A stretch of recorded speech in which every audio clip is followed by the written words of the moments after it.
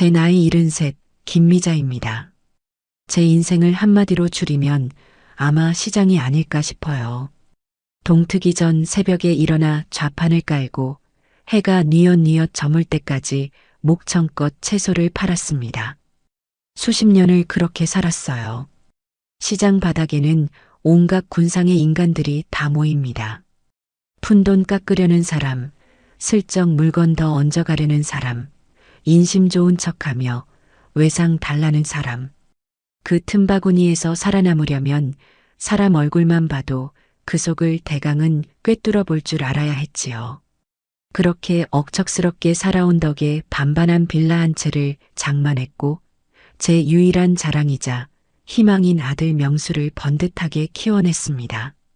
명수는 그런 저를 닮지 않아 순하고 물렀지만 LA 갈비보다 제가 끓인 된장찌개를 더 좋아하는 속 깊은 놈으로 자라주었으니 그걸로 충분히 만족했습니다.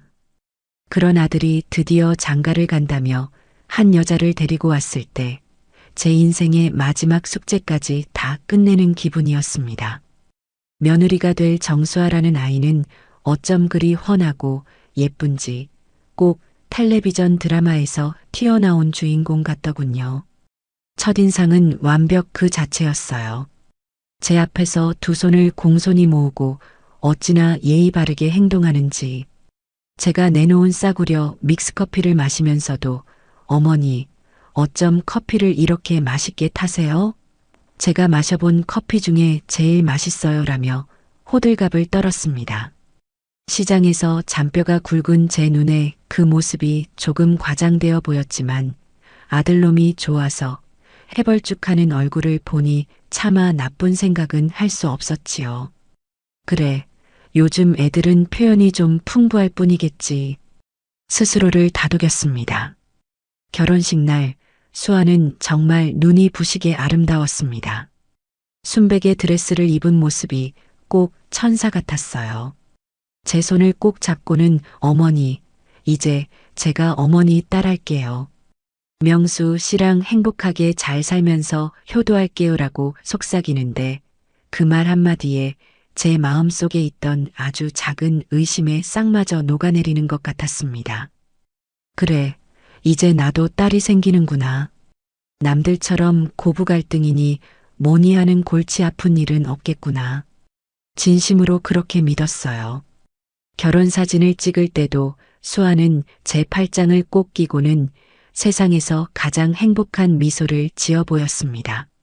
사진사는 어머님, 따님이랑 정말 보기 좋으시네요 라고 했고 저는 그 말에 딸보다 더 이쁜 며느리예요 라며 한박 웃음을 지었죠.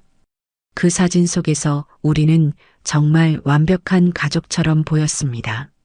나중에야 알게 되었지만 완벽해 보이는 것들은 대개 아주 작은 균열을 숨기고 있더군요. 신혼여행을 다녀온 아들 내외가 저희 집에 저녁을 먹으러 온 날이었습니다. 바로 그날부터였어요. 무언가 아주 미세하고 그래서 더 불쾌한 균열이 생기기 시작한 것은 저는 오랜만에 솜씨를 한껏 발휘했습니다. 명수가 어릴 때부터 제일 좋아하던 갈치조림을 필두로 잡채, 소고기 묵국까지 상다리가 휘어지게 차려냈어요. 수아는 상을 보더니 눈을 동그랗게 뜨고 박수까지 치며 감탄하더군요. 우와, 어머니, 이걸 정말 혼자 다 하셨어요? 대단하세요. 요즘 세상에 누가 이렇게 음식을 다 해요. 옛날 분들은 손맛이 좋으시다더니 정말인가 봐요. 분명 칭찬인데 끝맛이 씁쓸했습니다. 옛날 분들이라는 말에 제가 무슨 박물관 유물이라도 된 기분이 들었기 때문이었죠. 하지만 명수가 그치? 우리 엄마 음식이 최고야. 라며 좋아하니 저는 애써 입꼬리를 올려 웃어 보였습니다. 식사를 하면서도 수아의 말은 계속해서 제 신경을 긁어댔습니다. 제가 직접 담근 열무김치를 맛있게 먹기에 입에 맞니? 더 가져다 줄까? 하고 물었더니 수아는 환하게 웃으며 이렇게 답했어요. 네, 어머니. 너무 맛있어요. 저희 엄마는 김치 같은 건 다 백화점에서 사다 먹거든요. 손에 물 묻히는 거 싫어하셔서요. 확실히 그렇게 사 먹는 거랑은 차원이 다르네요. 정성이 느껴져요. 이 말도 그냥 들으면 칭찬 같지요. 하지만 그 속에 숨은 뜻은 명확했습니다. 우리 엄마는 우아하게 백화점에서 장을 보지만 어머님은 힘들게 직접 김치나 담그는 사람이네요. 교묘하게 자신들의 삶은 격상시키고 제 삶은 깎아내리는 화법이었어요. 명수는 그저 아내가 제 음식을 잘 먹는 게 좋은지 수아야 많이 먹어. 엄마 김치가 진짜 맛있어라며 거들 뿐 아무것도 눈치채지 못했습니다. 그날은 그냥 제가 너무 예민한가 보다, 피곤해서 그런가 보다 하고 억지로 넘겼습니다. 하지만 그런 일은 마치 약속이라도 한 듯 계속 반복됐어요. 며칠 뒤 제 생신이라며 아들 내외가 케이크를 사들고 저희 빌라에 들렀습니다. 수아는 집 안을 쓱 둘러보더니 이렇게 말하더군요. 어머니, 이 집은 참 정겨워요. 아담하고. 요즘엔 이런 집에 사는 사람도 드문데 꼭 드라마 세트장 같아요. 시간 여행하는 기분도 들고요. 이번에도 제 기분은 바닥으로 곤두박질 쳤습니다. 제가 평생 시장에서 번 돈으로 제 청춘을 바쳐 장만한 소중한 보금자리가 이 아이에게는 그저 낡고 시대에 뒤떨어진 구경거리밖에 안 되는구나 싶었죠. 저는 아무 말도 하지 못하고 그저 웃기만 했습니다. 제가 무슨 말을 한들 아들놈은 우리 어릴 땐 다 이런 데서 살았어라며 헤헤거리게 뻔했으니까요. 수아의 말투는 늘 그런 식이었습니다. 칭찬에 탈을 쓴 무시, 상냥함으로 포장한 경멸. 은근하게 선을 그으며 저를 자신보다 아래 등급의 사람으로 취급하는 듯한 말투. 이걸 저만 느끼는 건지 아니면 정말로 이 아이가 악한 의도를 가지고 이러는 건지 머릿속이 복잡해졌습니다. 하지만 평생을 시장에서 진짜와 가짜를 가려내며 살아온 제감이 경고하고 있었어요. 저건 실수가 아니라 철저히 계산된 행동이라고. 결정적인 사건은 그로부터 한 달쯤 뒤에 터지고야 말았습니다. 그날은 아들 명수의 생일이었어요. 저는 궂은 비가 내리는 새벽부터 시장에 나가 가장 실한 미역과 한우를 사와 정성껏 생일상을 차렸습니다. 아들이 어릴 적 비 오는 날이면 유독 무릎이 아프다고 칭얼댔던 기억이 나서 뼈에 좋다는 도가니도 푹 고안했지요. 저녁 시간에 맞춰 도착한 아들 내외를 보며 저는 흐뭇한 마음으로 식탁에 앉으라고 손짓했습니다. 명수는 역시 엄마 밥이 최고야.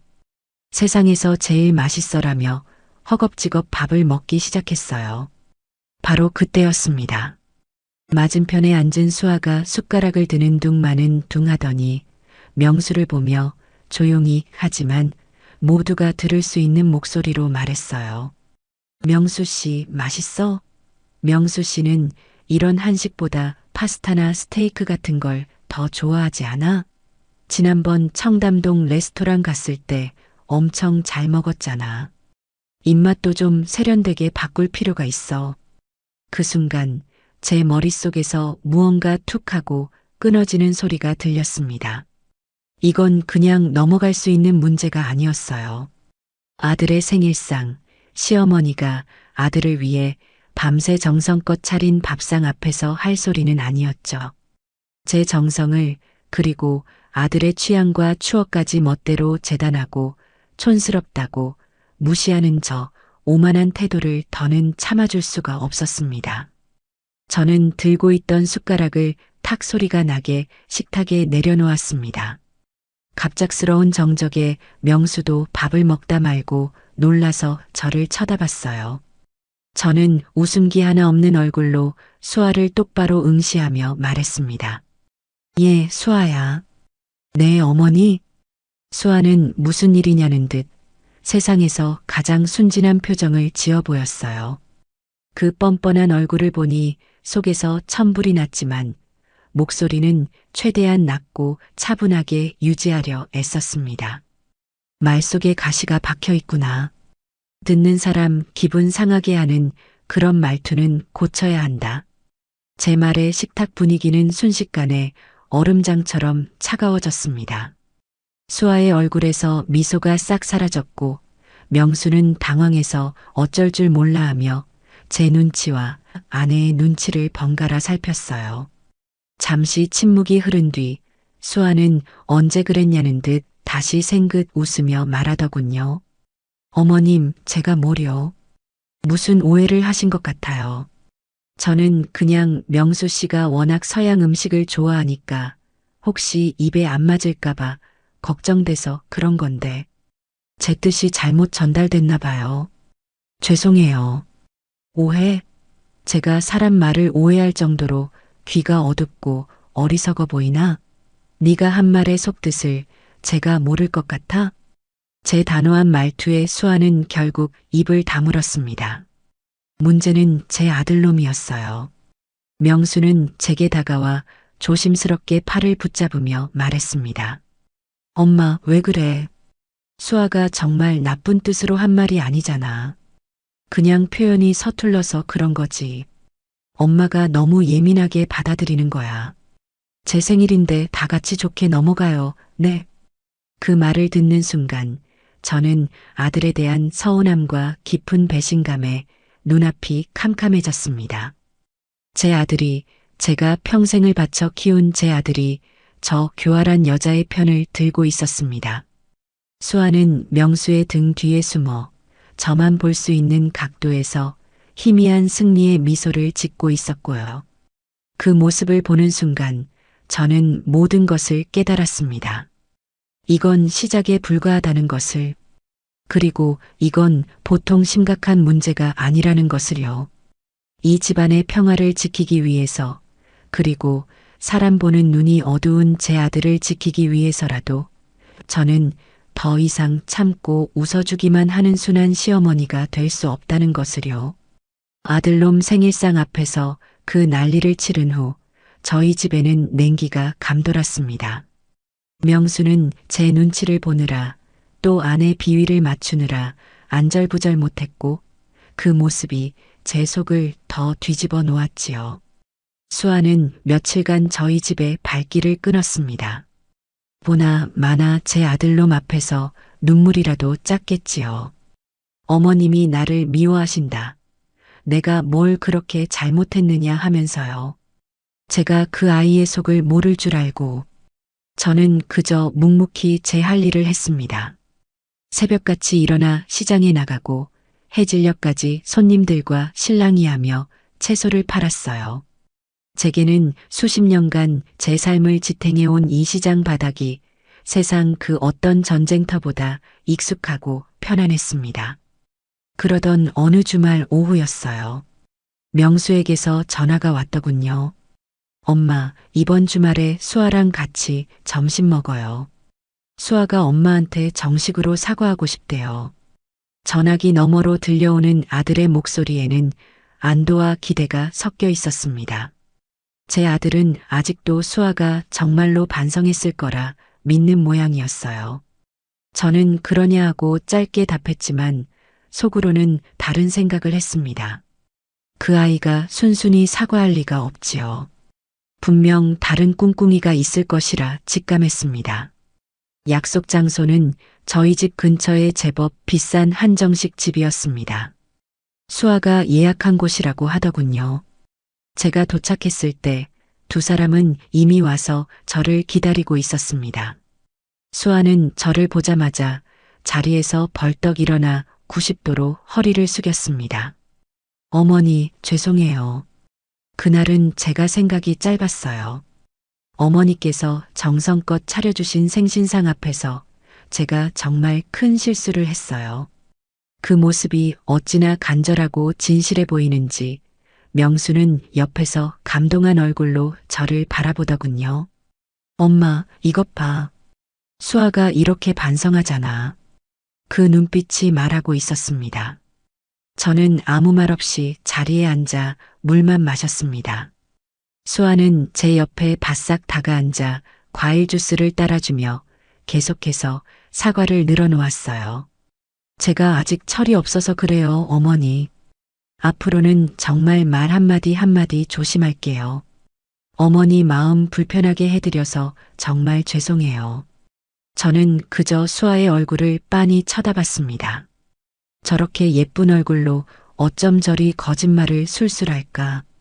시장에서 물건값 깎으려고 죽는 소리 하던 단골들보다 한 수 위더군요. 잠시 후 값비싼 떡갈비 정식이 차려졌습니다. 수아는 제 밥그릇 위에 가장 크고 두툼한 떡갈비를 올려주며 살갑게 굴었어요. 식사를 하는 내내 분위기는 화기애애했습니다. 명수는 오랜만에 저희 세 사람이 웃으며 밥을 먹는 모습에 완전히 마음을 놓은 듯 보였어요. 그리고 바로 그때 수아가 조심스럽게 본론을 꺼내기 시작했습니다. 어머니, 요즘 물가가 너무 많이 올라서 걱정이에요. 시장은 좀 어떠세요? 늘 똑같지 뭐. 오르면 오르는 대로, 내리면 내리는 대로. 먹고 살자니 하는 거지. 제가 무심하게 답하자 수아는 한숨을 푹 쉬며 말했습니다. 그렇죠? 정말 월급 빼고는 다 오르는 것 같아요. 명수 씨 월급만으로는 서울에서 집 사기는커녕 전세금 올려주기도 벅차네요. 그래서 말인데요, 어머니. 요즘 같은 세상에 은행에만 돈 넣어두는 건 정말 바보 같은 짓이래요. 드디어 올 것이 왔구나 싶었습니다. 저는 밥을 먹는 둥 마는 둥 하며 수아의 다음 말을 기다렸어요. 제 친구 중에 경제적으로 아주 밝은 애가 있는데요. 이번에 정말 확실한 투자 정보를 알아왔더라고요. 비공개로 소수 정예 회원들한테만 알려주는 고급 정보인데 수익률이 어마어마하대요. 1년만 묻어두면 원금의 3배는 기본이라던데요. 저는 속으로 코웃음을 쳤습니다. 시장 바닥에서 그런 사탕발림에 속아 푼돈이라도 떼어본 장사치가 어디 한둘인 줄 아나. 하지만 겉으로는 어수룩한 늙은이처럼 눈을 동그랗게 뜨고 물었습니다. 원금의 3배? 세상에 그런 장사가 어디 있단 말이냐? 있다니까요, 어머니. 이건 아무나 하는 게 아니라 정말 정보가 빠른 사람들만 하는 재테크예요. 제 친구는 그걸로 작년에 빚만 있던 집에서 강남에 아파트를 사서 이사 갔어요. 제가 어머니를 생각해서 특별히 말씀드리는 거예요. 어머니도 평생 시장에서 고생만 하셨잖아요. 이제는 좀 편하게 사셔야죠. 모아두신 돈 조금만 투자하시면 이제 시장 일 안 하시고 편안하게 노후를 즐기실 수 있다니까요. 수아는 마치 저를 위하는 효녀 며느리라도 된 것처럼 열변을 토했습니다. 옆에서 듣고 있던 명수는 어느새 눈을 반짝이며 수아의 말에 완전히 빠져든 모습이었어요. 정말이야, 수아야? 그렇게 좋은 게 있어? 그럼요, 명수 씨.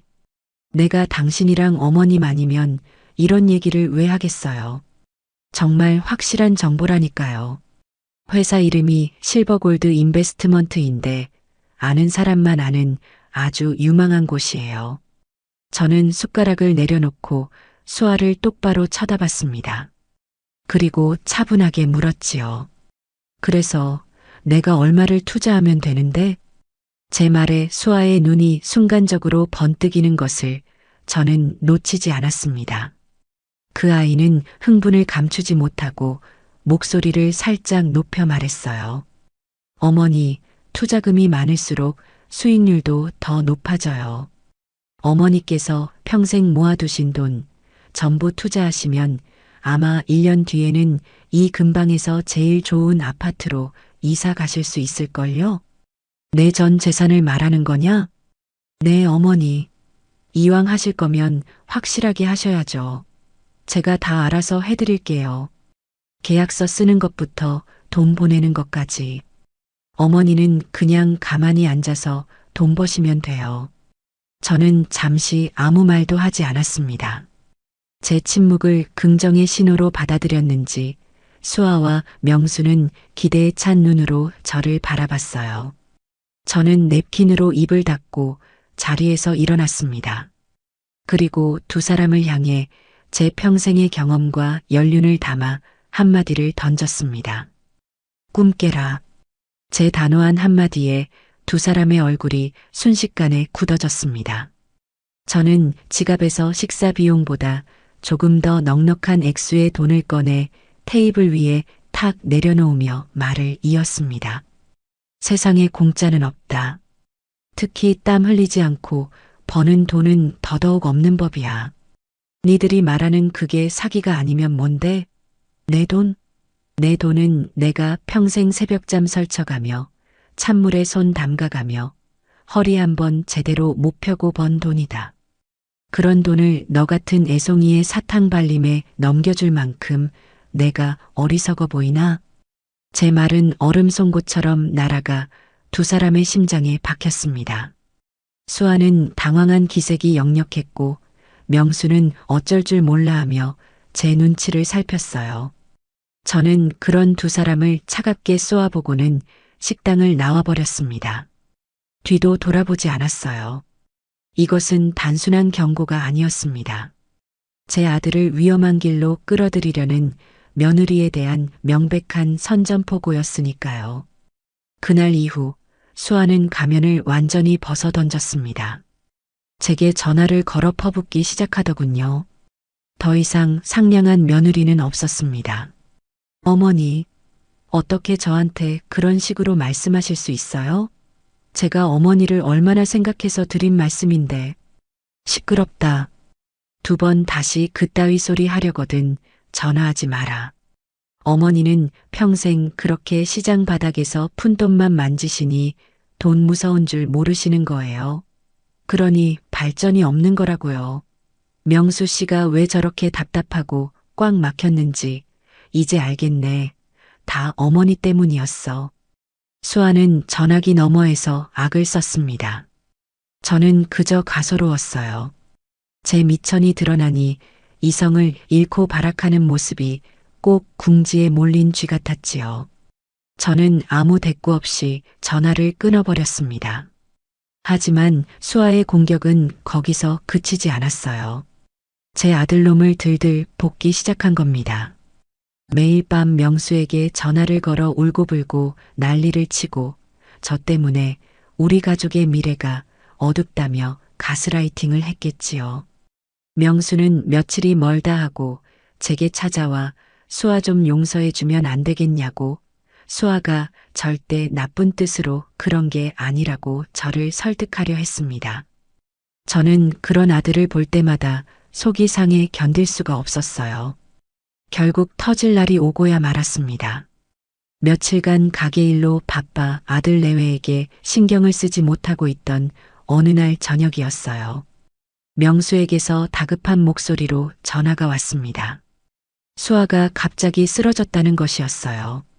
저는 가슴이 철렁 내려앉아 불이 나게 택시를 잡아타고 아들네 집으로 향했습니다. 현관문을 열고 들어서자 명수는 울상이 되어 저를 맞았고 수아는 소파에 이불을 덮고 누워 끙끙 앓는 소리를 내고 있었습니다. 엄마 어떻게 해? 수아가 엄마 때문에 스트레스를 너무 받아서 몸져 누웠어. 병원에 가자고 해도 싫다고 하고. 저는 말없이 소파로 다가가 수아의 이마에 손을 얹었습니다. 열은 없었어요. 꾀병이라는 것을 단박에 알아차렸지요. 저는 이불을 확 걷어내며 말했습니다. 일어나라. 제 섯을 퍼런 목소리에 수아는 움찔하며 눈을 떴습니다. 명수는 제 행동에 놀라 엄마 왜 이래? 라며 저를 말렸어요. 저는 아들을 옆으로 밀치고 누워있는 수아를 똑바로 내려다보며 말했습니다. 네가 짜는 연극 언제까지 할 거냐? 그따위 수작으로 내 아들 속여먹을 생각 마라. 그러자 수아가 벌떡 몸을 일으켜 앉으며 제게 소리쳤습니다. 연극이라니요. 제가 지금 어머니 때문에 얼마나 고통받고 있는지 아세요? 어머니만 아니었으면 어머니 고집만 아니었으면 우리도 지금쯤 부자로 살 수 있었단 말이에요. 아직도 그놈의 헛소리를 짓거리는구나. 내가 너 그 버르장머리 없는 말투 마지막으로 경고한다고 했을 텐데. 제 차가운 경고에 수아는 순간적으로 이성을 완전히 잃고 말았습니다. 그 아이는 눈이 뒤집혀 당신이 뭔데 나한테 이래라 저래라야 라고 소리치며 독이 오른 살쾡이처럼 제게 달려들었습니다. 그리고는 제 머리채를 움켜쥐려고 두 손을 뻗었지요. 명수가 수아야 안 돼 라고 소리치는 것과 거의 동시였습니다. 하지만 수아의 손이 제 머리카락에 닿기 전 저는 반사적으로 몸을 움직였습니다. 수십 년 전 시장에서 술 취한 남봉꾼들이 좌판을 엎으며 행패를 부릴 때 그들을 제압하기 위해 어깨너머로 배웠던 기술이었어요. 저는 수아의 손목을 정확하게 잡아채고 제 몸에 무게를 실어 가볍게 비틀었습니다.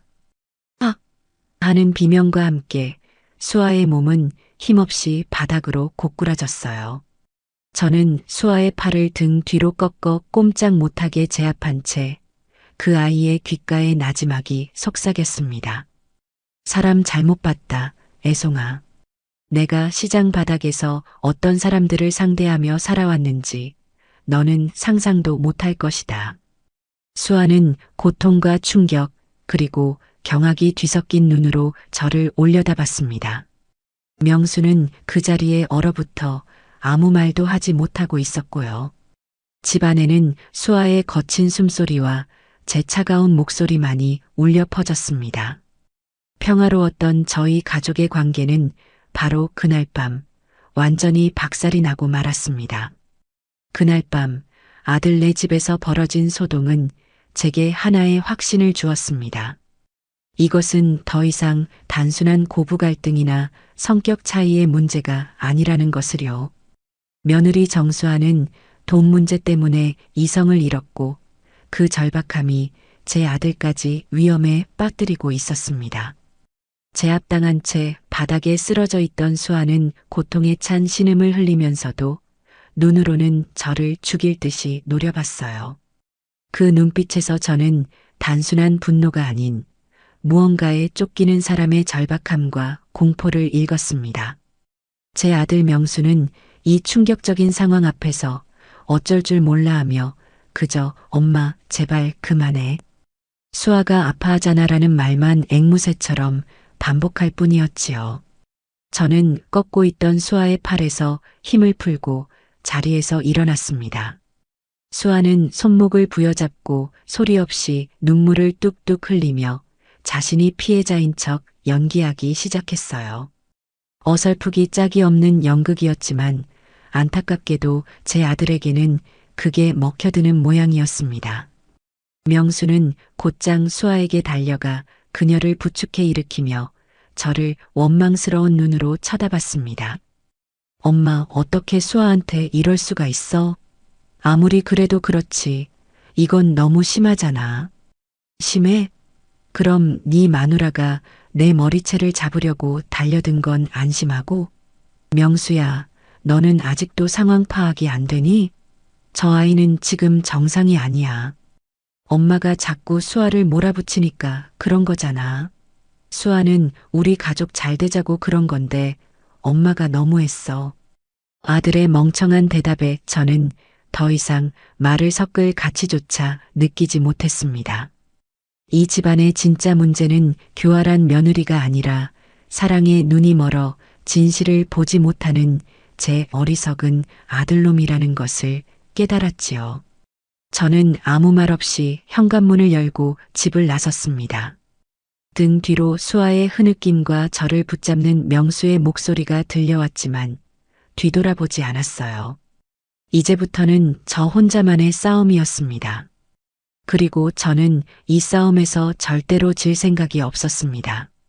집으로 돌아온 저는 밤새 한숨도 자지 못했습니다.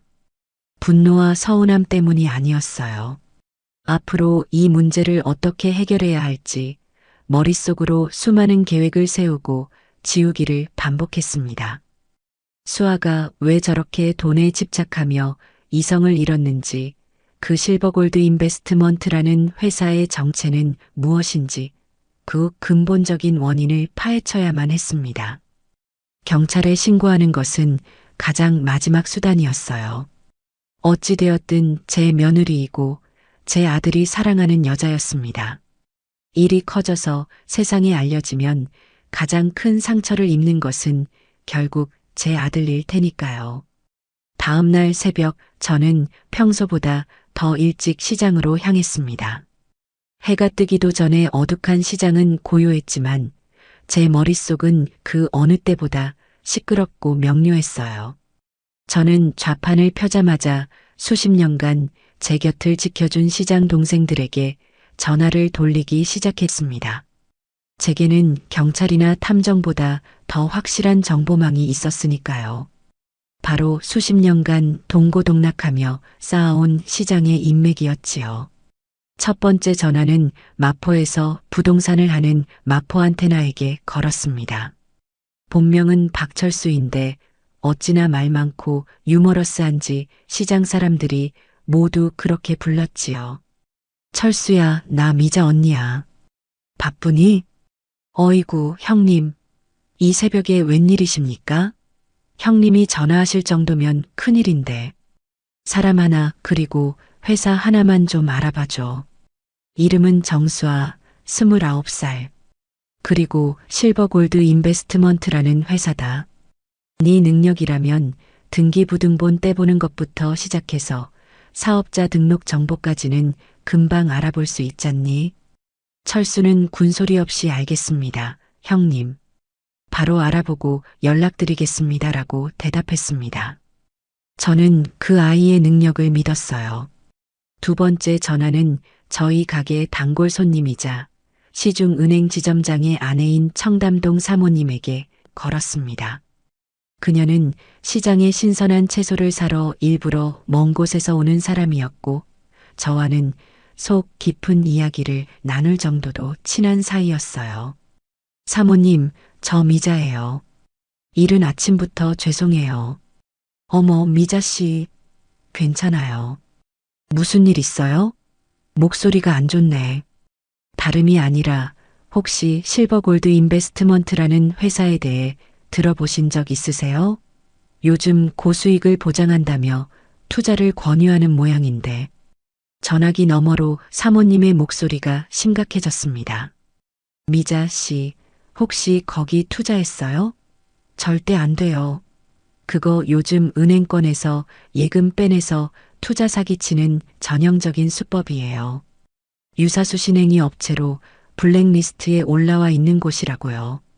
얼마 전에도 저희 은행 고객 한 분이 거기 돈 넣었다가 전 재산 날리고 소송 준비 중이에요. 절대 엮이면 안 돼요. 사모님의 말을 듣는 순간 제 심장이 쿵 내려앉았습니다. 올 것이 왔구나. 제 예상이 틀리지 않았던 겁니다.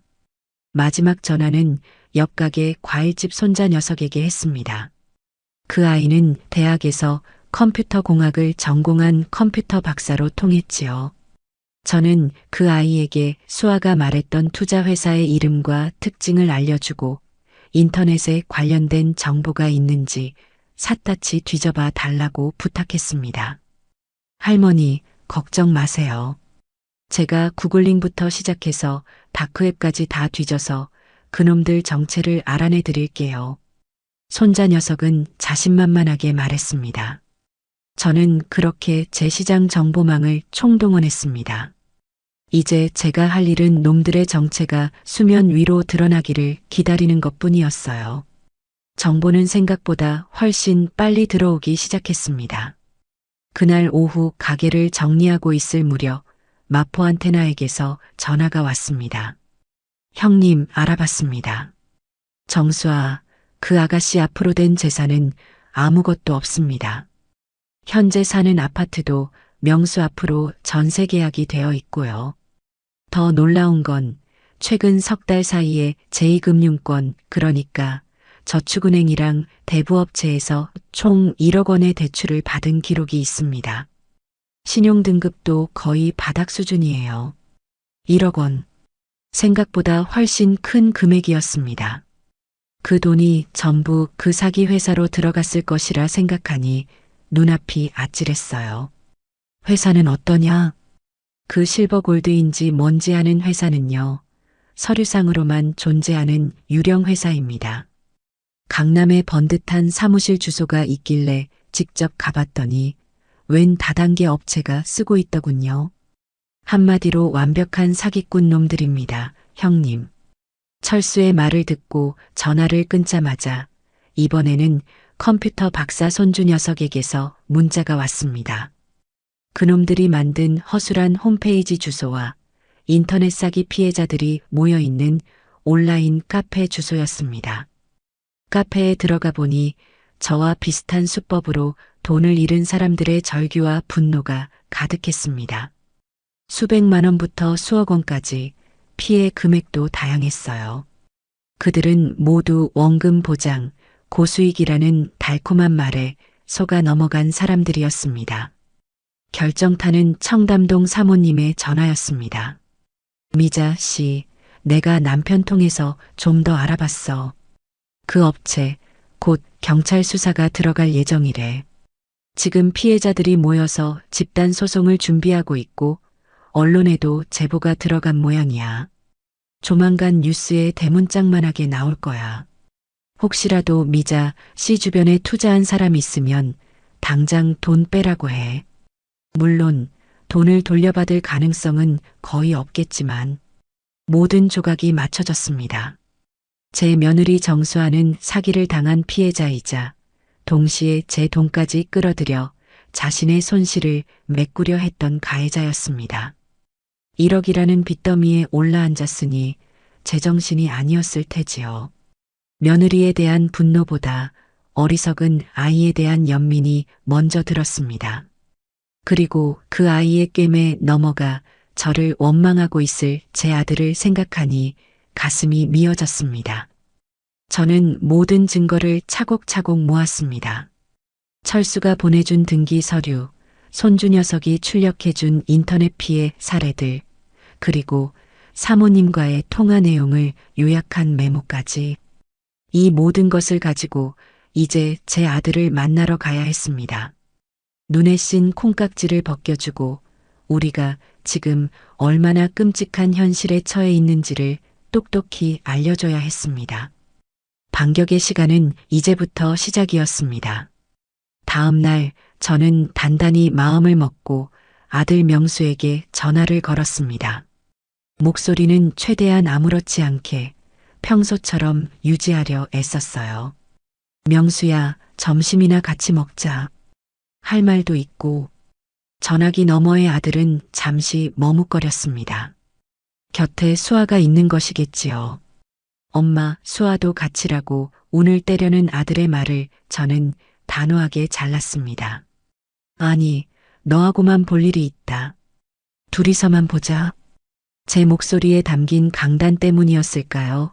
명수는 더 이상 토를 달지 않고 약속 장소와 시간을 정했습니다. 저희는 회사 근처의 조용한 찻집에서 만나기로 했어요. 저는 약속 시간보다 일부러 조금 늦게 도착했습니다.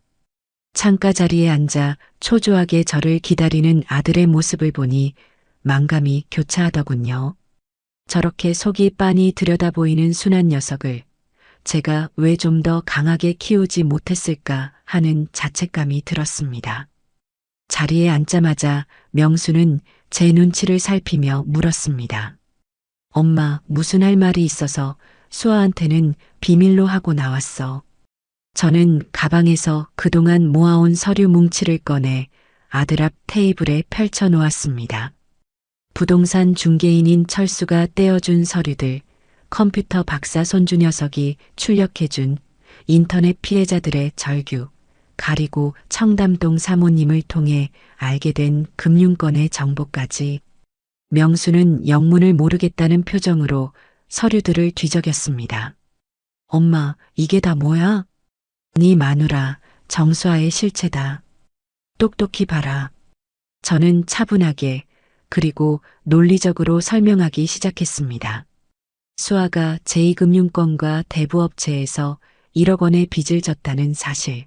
그 돈을 실버골드 인베스트먼트라는 유령 회사에 투자했다는 사실. 그리고 그 회사가 전형적인 금융 사기 조직이며 곧 경찰 수사가 시작될 것이라는 사실까지. 저는 제가 아는 모든 것을 아들에게 털어놓았습니다. 제 이야기가 진행될수록 명수의 얼굴은 하얗게 질려갔습니다. 믿을 수 없다는 듯 고개를 절레절레 저으면서도 서류에 적힌 명백한 증거들에서 눈을 떼지 못했지요. 모든 설명을 마친 후 저는 아들을 똑바로 쳐다보며 말했습니다. 명수야, 엄마는 지금 네 마누라를 흉보자고 이러는 게 아니야. 우리가 지금 얼마나 위험한 상황에 처했는지 알려주려는 거다. 저 아이는 지금 벼랑 끝에 서 있어. 그리고 너까지 그 낭떠러지로 끌고 들어가려 하고 있단 말이다. 저는 아들이 이 충격적인 진실 앞에서 이성을 되찾기를 바랐습니다. 저와 함께 이 문제를 해결해 나갈 것이라 믿었어요. 하지만 사랑이라는 것은 때로 사람의 눈과 귀를 완벽하게 멀게 만드는 모양입니다. 한참 동안 충격에 빠져 있던 명수가 고개를 들었을 때 그의 눈에는 슬픔이나 분노가 아닌 저에 대한 깊은 불신과 원망이 담겨 있었습니다. 이런다고 내가 엄마 말을 믿을 것 같아요? 아들의 입에서 나온 첫마디는 제 기대를 산산조각 냈습니다. 이건 다 엄마가 수아를 미워해서 꾸며낸 거잖아요. 우리 사이 갈라놓으려고 이런 것까지 준비한 거냐고. 명수야, 엄마는 처음부터 수아를 싫어했어. 그래서 어떻게든 흠집을 잡으려고 했던 거잖아. 수아가 얼마나 착하고 여린 사람인데 어떻게 이런 말도 안 되는 누명을 씌울 수가 있어. 엄마한테 정말 실망이야. 아들은 자리에서 벌떡 일어나 찻집을 나가버렸습니다. 저는 테이블 위에 흩어진 서류들을 보며 망연자실할 수밖에 없었어요. 벽에 대고 이야기하는 기분이었습니다.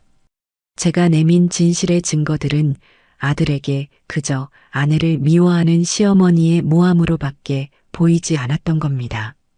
저는 그 자리에 한참을 앉아 식어버린 차만 바라봤습니다.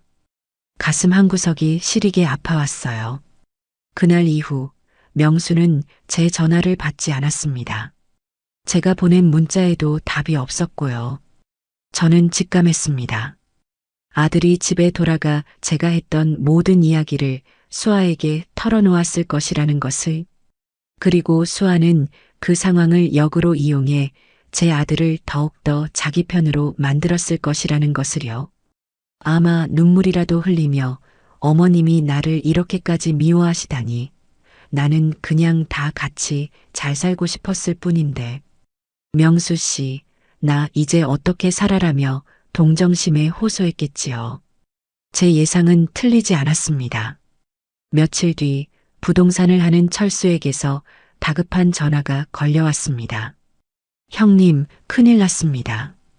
명수가 자기 이름으로 된 아파트 전세 계약서 들고 와서 담보대출 받을 수 있는지 알아보고 갔습니다.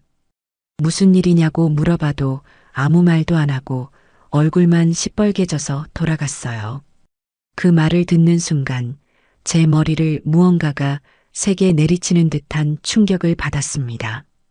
수아가 결국 제 아들까지 끌어들여 마지막 발악을 하고 있는 것이었습니다. 아마 명수에게는 이렇게 말했겠지요.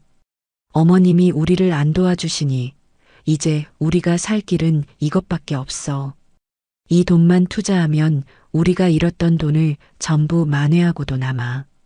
그럼 우리도 어머니한테 당당해질 수 있어. 제 아들놈은 그 말에 또 속아 넘어간 것이 틀림없었습니다. 저는 더 이상 시간을 지체할 수 없다고 판단했습니다. 명수가 대출을 받아 그 돈을 사기꾼들에게 넘겨주기 전에 모든 것을 끝내야만 했습니다.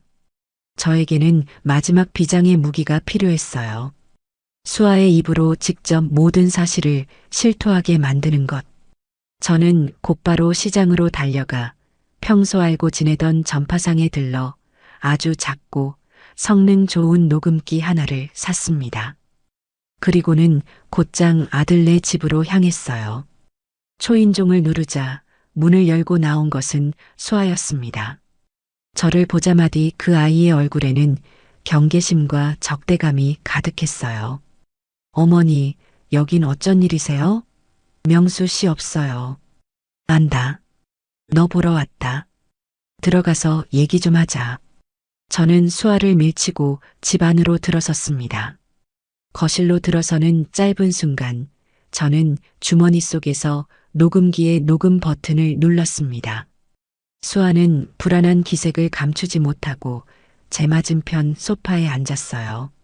저는 최대한 지치고 패배한 사람처럼 보이도록 깊은 한숨을 내쉬며 입을 열었습니다. 그래, 네 말이 다 맞다고 치자.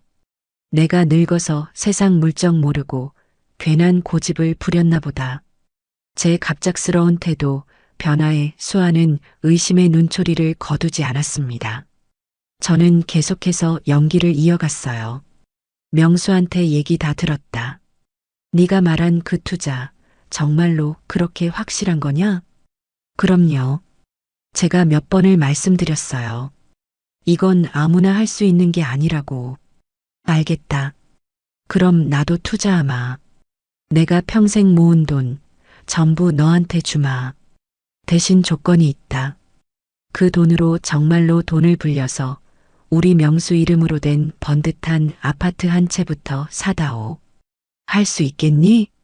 제 제안에 수아의 눈이 탐욕으로 번들거리기 시작했습니다. 그 아이는 제가 드디어 자기 꾀에 넘어왔다고 확신하는 듯 보였어요. 경계심이 완전히 허물어진 수아의 입에서는 그동안 감춰왔던 본심이 폭포수처럼 쏟아져 나왔습니다. 진작 그러셨어야죠. 어머니가 처음부터 저를 믿고 도와주셨으면 일이 이렇게까지 꼬이지도 않았잖아요. 어머니 돈까지 있었으면 진작에 한몫 단단히 잡고 이 지긋지긋한 전셋집 뜨는 건데. 그럼 네가 그동안 나한테 투자하라고 했던 게 사실은 네가 이미 잃은 돈을 메꾸기 위해서였구나. 저는 결정적인 질문을 던졌습니다. 수아는 이미 이성을 잃고 흥분한 상태였기에 제 질문의 의도를 파악하지 못하고 모든 것을 실토하고 말았습니다. 그래요. 맞아요. 제가 뭘 그렇게 잘못했는데요? 저도 잘 살아보려고 한 죄밖에 없다고요. 그런데 어머니가 사사건건 방해하고 무시했잖아요. 명수 씨도 어머니만 없었으면 진작에 저를 도와줬을 사람이에요. 이 모든 게 다 어머니 탓이라고요. 수아는 악을 쓰며 저를 비난했습니다. 그 목소리는 제 주머니 속 녹음기에 고스란히 담기고 있었지요.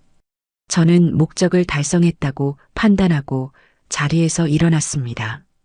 알겠다. 네 속마음이 그렇다는 거 잘 알았다. 영문을 모르는 수아는 저를 멍하니 쳐다봤습니다. 저는 아무 말 없이 집을 나섰어요. 엘리베이터에 올라탄 저는 주머니 속에서 뜨거워진 녹음기를 꺼내 들었습니다. 제 손은 살짝 떨리고 있었지만 마음은 강철처럼 차갑고 단단했습니다. 이제 모든 증거는 제 손안에 들어왔습니다.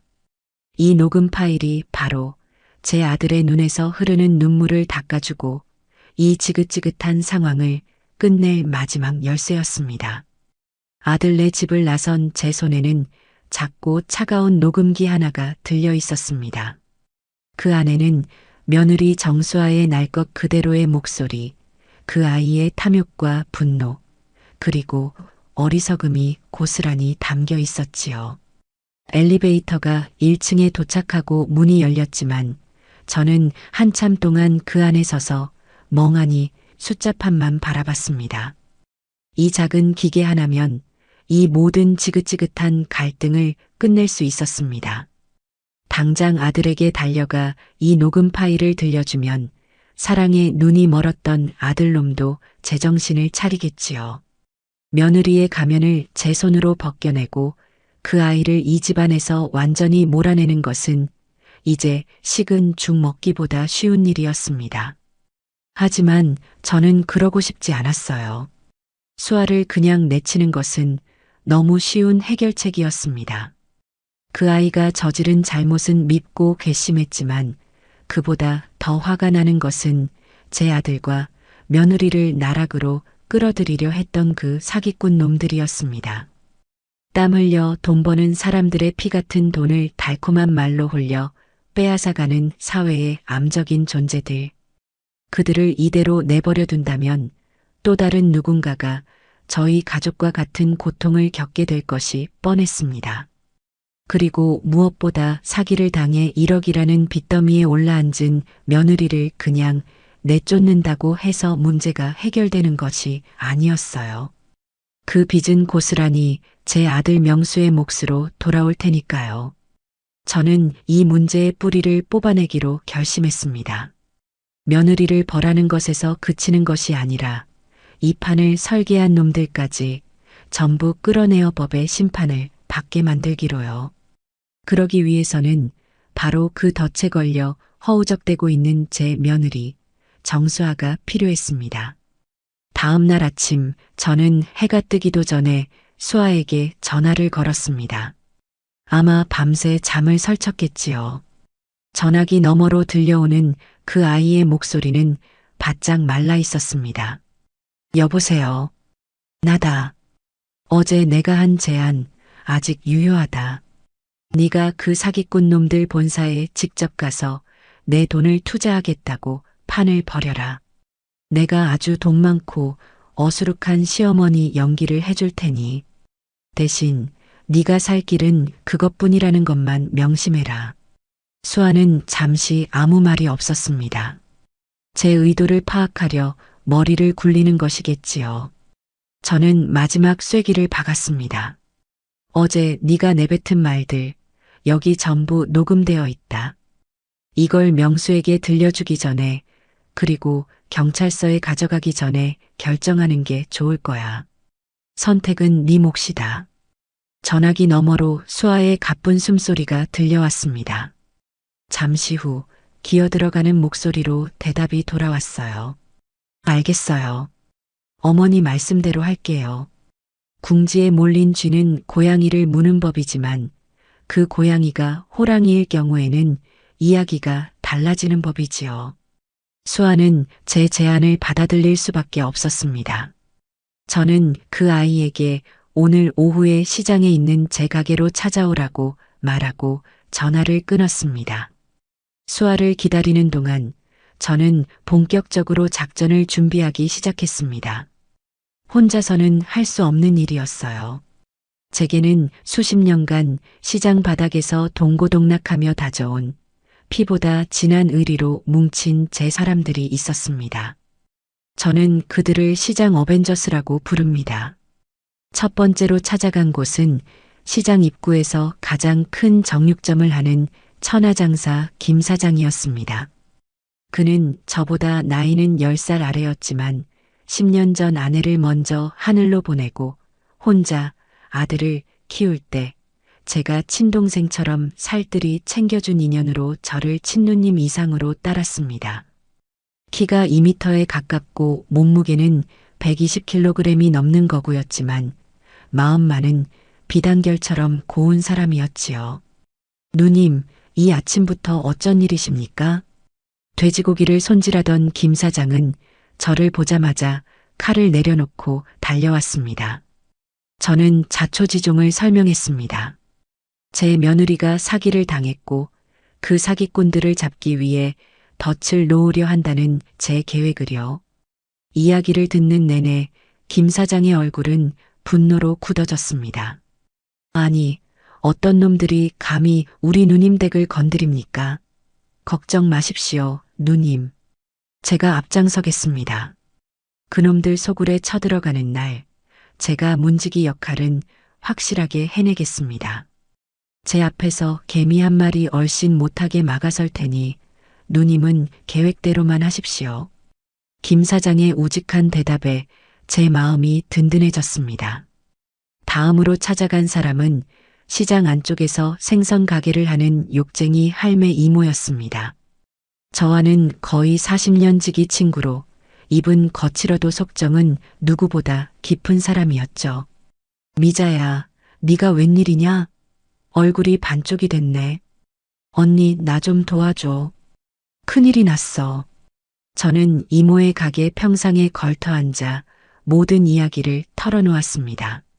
제 이야기를 다 들은 이모는 팔던 생선을 바닥에 내팽개치며 길길이 날뛰었습니다. 이런 싸가지 없는 놈들을 봤나?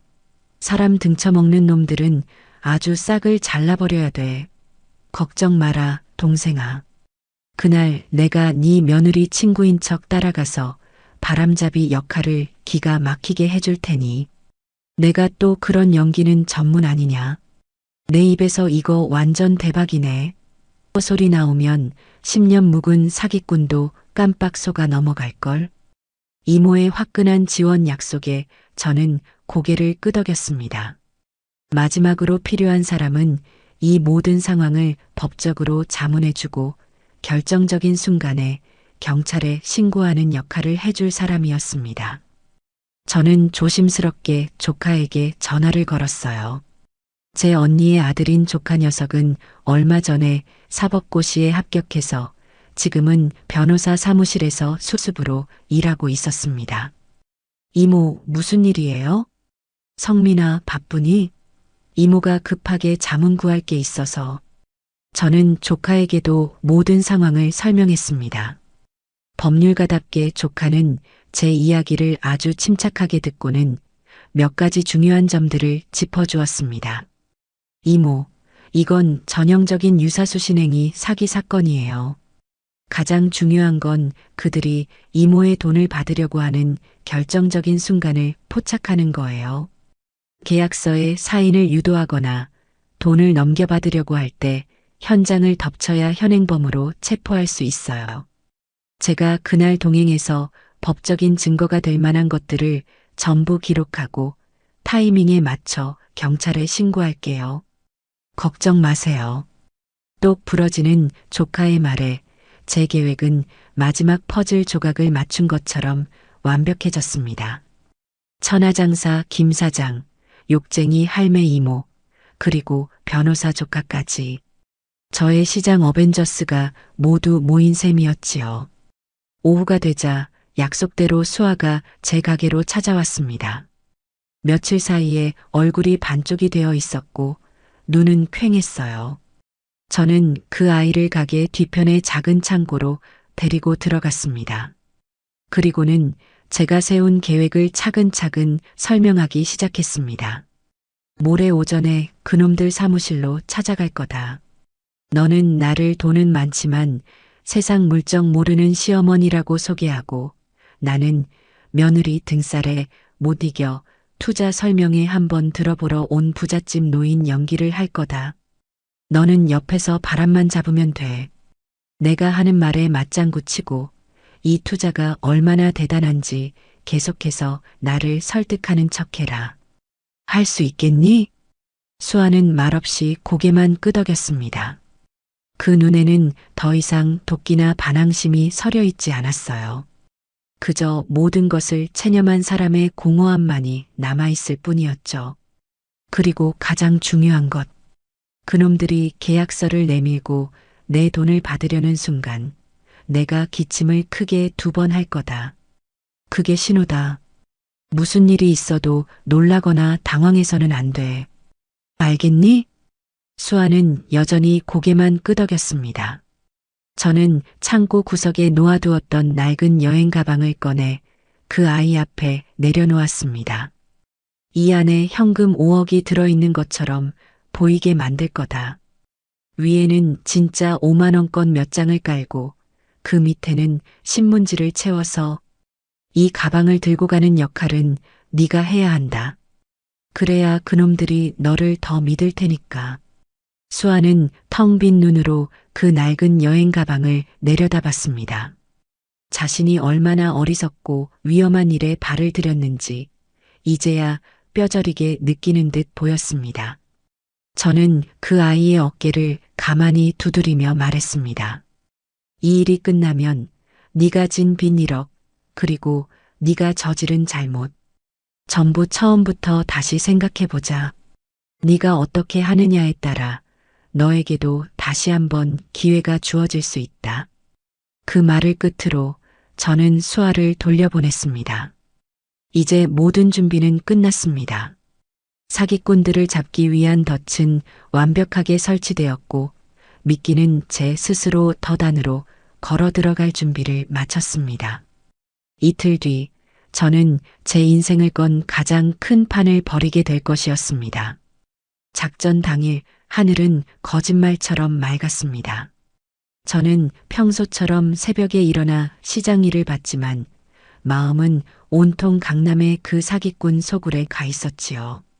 오전 10시 저는 시장 동료들에게 잠시 가게를 맡기고 약속 장소로 향했습니다. 약속 장소인 시장 앞 버스 정류장에는 저의 든든한 시장 어벤져스가 모두 모여 있었습니다. 천하장사 김 사장은 평소 입던 피 묻은 작업복 대신 몸에 꽉 끼는 양복을 차려입고 와서 어색하게 서 있었습니다. 그 모습이 어찌나 우스꽝스러운지 저도 모르게 웃음이 터질 뻔했어요. 욕쟁이 할매 이모는 화려한 꽃무늬 블라우스에 진주 목걸이까지 하고 나타나 누가 봐도 돈 좀 있는 집 사모님 행색이었습니다. 변호사 조카 성민이는 깔끔한 정장 차림에 서류 가방까지 들고 와서 제가 믿는 구석이라는 것을 온몸으로 보여주고 있었지요. 그리고 마지막으로 조금 떨어진 곳에 수아가 문제의 돈 가방을 들고 초조한 얼굴로 서 있었습니다. 저는 모두를 둘러보며 마지막으로 작전을 확인했습니다. 김 사장은 나하고 수아가 사무실로 들어간 뒤 10분 후에 건물 입구에서 담배 피우는 척하며 대기해 누가 나오거나 들어가려 하면 그 덩치로 최대한 길을 막고 시간을 끌어. 성민이 너는 근처 카페에서 노트북 켜놓고 대기하다가 내가 신호를 보내면 바로 경찰에 신고하고 사무실로 뛰어들어와. 이모는 나하고 같이 들어가서 내 옆방에서 상담받는 부자 친구 연기 알지? 모두가 비장한 얼굴로 고개를 끄덕였습니다. 저는 수아에게 다가가 나지막이 말했습니다. 이제부터 너는 내 며느리가 아니라 내 돈을 노리는 사기꾼과 한패다. 연기, 똑바로 해라. 네 인생이 걸린 문제다. 수아는 마른 침을 삼키며 고개를 끄덕였습니다. 우리는 2대의 택시에 나눠 타고 강남으로 향했습니다. 택시 창밖으로 보이는 화려한 빌딩 숲을 보며 저는 수십 년 전 보따리 하나 들고 서울에 올라왔던 제 젊은 시절을 떠올렸습니다. 그때나 지금이나 이 거대한 도시는 가진 것 없는 사람들의 꿈을 먹고 자라는 괴물처럼 느껴졌지요. 실버골드 인베스트먼트라는 거창한 이름의 회사는 번화가의 한 오피스텔 건물 7층에 자리 잡고 있었습니다. 건물 자체는 번듯했지만 엘리베이터에서 내리자마자 느껴지는 분위기는 어딘가 모르게 엉성하고 저렴했어요. 유리문 안으로 보이는 사무실은 겉보기에는 그럴싸하게 꾸며져 있었습니다. 반짝이는 대리석 바닥에 벽에는 성공한 사람들의 명언 액자가 걸려 있었고 젊은 직원들은 모두 똑같은 유니폼을 입고 바쁘게 움직이는 척하고 있었지요. 하지만 시장에서 평생 진짜와 가짜를 구별하며 살아온 제 눈에는 그 모든 것이 가짜라는 게 보였습니다.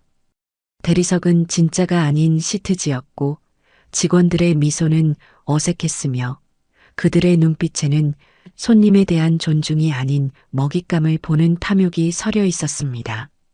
저와 수아 그리고 이모가 사무실 안으로 들어서자 훤칠하게 생긴 젊은 남자가 달려와 90도로 인사를 했습니다. 어서 오십시오, 고객님. 정수아 고객님 소개로 오신 김미자 어머님이시죠? 말씀 많이 들었습니다. 저는 본부장 박진우라고 합니다. 저는 어수룩하고 돈 많은 시골 노인 연기를 시작했습니다. 일부러 주변을 두리번거리며 촌스럽게 감탄하는 척했지요. 어머, 어머, 여기가 말로만 듣던 그 회사구먼. 아주 번쩍번쩍하네. 서울은 뭐가 달라도 다르구먼. 제 연기에 박 본부장이라는 자의 입가에 희미한 미소가 번지는 것을 저는 놓치지 않았습니다. 그는 저를 완전히 쉬운 먹잇감으로 판단한 듯 보였어요. 수아는 옆에서 제 팔짱을 끼고 거들었습니다. 어머니, 제가 말씀드렸죠? 정말 믿을 수 있는 곳이라고. 박 본부장님이 업계에서 제일 유능하신 분이세요. 이모는 나는 저쪽 방에서 상담 좀 받고 올게.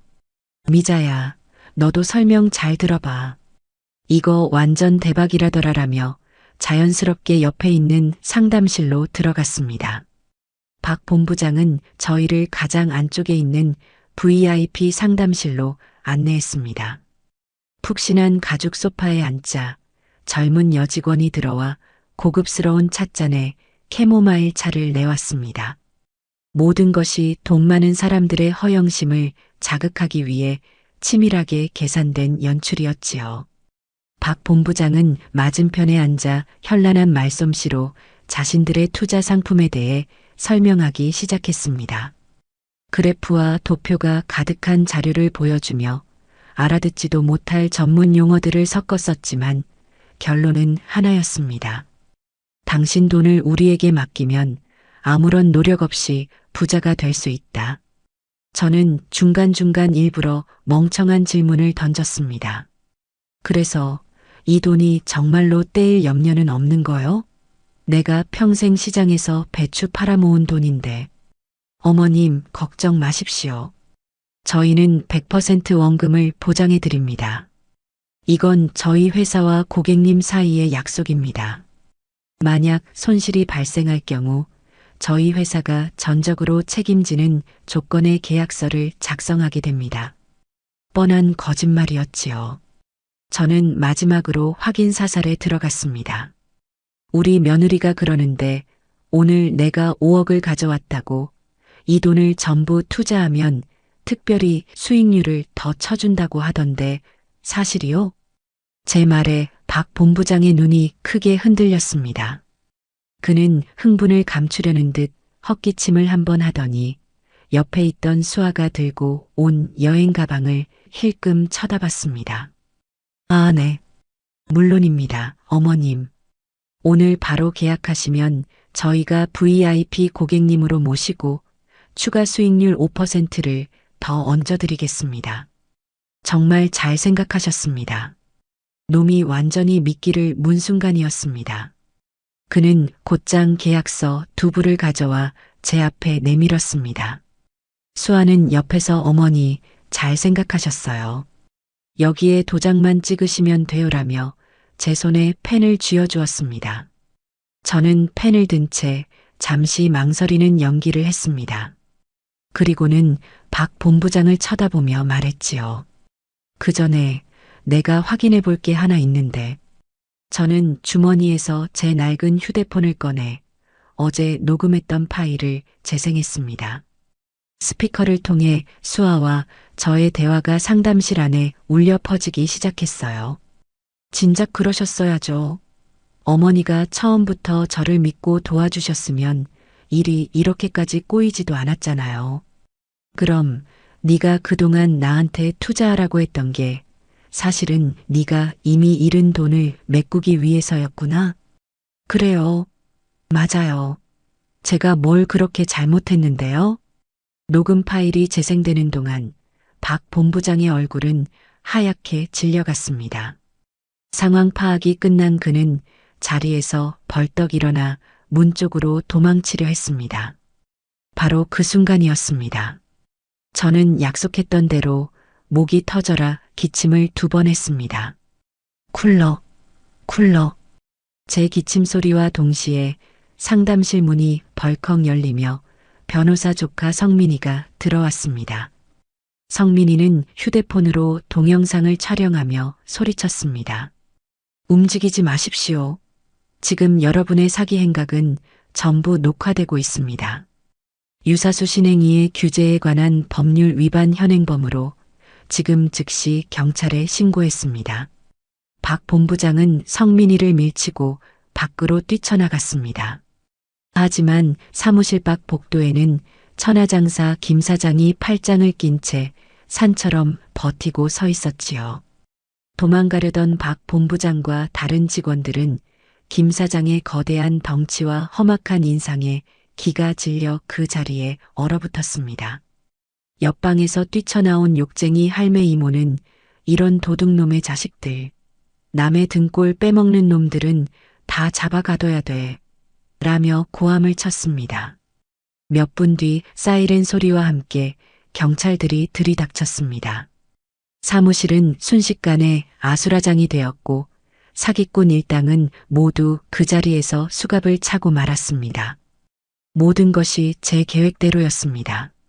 저는 소파에 조용히 앉아 경찰들에게 연행되어 가는 그들의 초라한 뒷모습을 지켜봤습니다. 제 옆에는 수아가 넋이 나간 얼굴로 서 있었고 제 주변에는 든든한 시장 어벤져스가 저를 지키고 서 있었습니다. 시원한 바람이 열린 창문으로 불어와 제 뺨을 스치고 지나갔습니다. 길고 길었던 갈등의 한가운데를 통과한 기분이었습니다. 경찰서에서 참고인 조사를 마치고 나왔을 때는 이미 해가 뉘엿뉘엿 지고 있었습니다. 하늘은 아름다운 주황빛으로 물들고 있었지만 제 마음은 무겁기만 했어요. 경찰서 앞에는 조사를 마친 수아와 연락을 받고 달려온 아들 명수가 고개를 푹 숙인 채 저를 기다리고 있었습니다. 명수는 모든 자초지종을 경찰 조사를 통해 전해 들은 모양이었어요. 그 아이의 얼굴에는 충격과 혼란, 그리고 저에 대한 미안함이 뒤섞여 있었습니다. 집으로 돌아오는 차 안에서는 그 누구도 입을 열지 않았습니다. 명수가 운전하는 낡은 차는 침묵의 무게를 싣고 도시의 불빛 사이를 달렸습니다. 저는 창밖만 바라봤고 수아는 뒷좌석에서 고개를 숙인 채 계속해서 어깨를 들썩이고 있었지요. 명수는 백미러로 연신 제 눈치를 살폈지만 저는 아는 척도 하지 않았습니다. 지금은 그 어떤 위로나 섣부른 용서도 필요 없는 시간이었습니다. 오직 혹독한 진실을 마주해야만 하는 시간이었지요. 저희 집 거실에 세 사람이 마주 앉았을 때 무거운 침묵이 다시 저희를 짓눌렀습니다. 찻잔에 담긴 따뜻한 보리차가 다 식어갈 때쯤 먼저 침묵을 깬 것은 수아였습니다. 그 아이는 소파에 앉아있던 자리에서 스르르 내려와 제 앞에 무릎을 꿇었습니다. 그리고는 이마가 바닥에 닿을 정도로 깊이 고개를 숙였어요. 어머니, 제가 죽을 죄를 지었습니다. 죄송합니다. 수아의 목소리는 형편없이 갈라져 나왔습니다. 그동안의 연기와는 다른 진심에서 우러나오는 절망과 후회의 목소리였습니다. 제가 어리석었습니다. 제 욕심 때문에 어머니와 명수 씨에게 씻을 수 없는 상처를 드렸어요. 돈에 눈이 멀어 해서는 안 될 짓을 했습니다. 정말 죄송합니다. 수아는 오랫동안 고개를 들지 못하고 흐느꼈습니다. 그 모습을 지켜보던 명수도 결국 참았던 눈물을 터뜨리고 말았습니다. 아들놈도 제 앞에 무릎을 꿇고 앉아 울먹이며 말했어요. 어머니, 제가 잘못했어요. 제가 어리석었어요. 어머니 말씀을 믿지 않고 수아 편만 들면서 어머니 가슴에 못을 박았어요. 어머니가 저희를 구하려고 그렇게 애쓰시는 동안 저는 아무것도 모르고 어머니를 원망만 했어요. 죄송해요, 엄마. 정말 죄송해요. 두 아이가 제 앞에서 눈물로 무너져 내리는 모습을 보니 제 마음도 편치 않았습니다. 하지만 저는 이 순간 마음 약해져서는 안 된다고 스스로를 다잡았습니다. 이 아이들에게 필요한 것은 값싼 동정이 아니라 자신들의 잘못을 스스로 책임질 수 있도록 이끌어주는 어른의 역할이었습니다.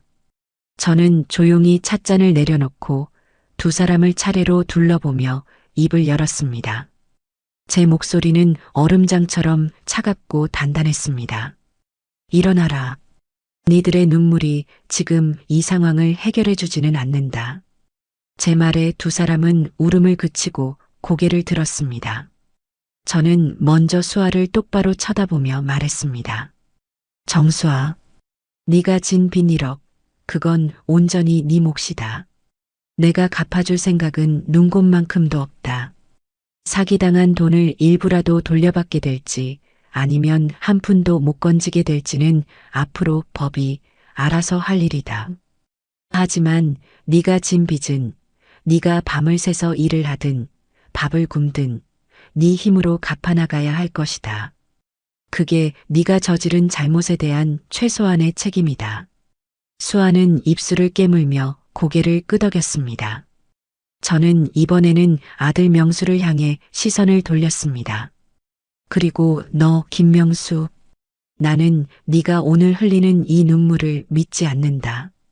너는 나보다 네 마누라가 더 소중했고 진실보다는 달콤한 거짓말을 더 믿고 싶었던 거다. 애비 없는 자식이라고 손가락질 받지 않게 하려고 내가 너를 어떻게 키웠는데 너는 내 기대를 무참히 짓밟았다. 제 질책에 명수는 고개를 더욱 깊이 숙였습니다. 이혼은 너희 둘이 알아서 해라.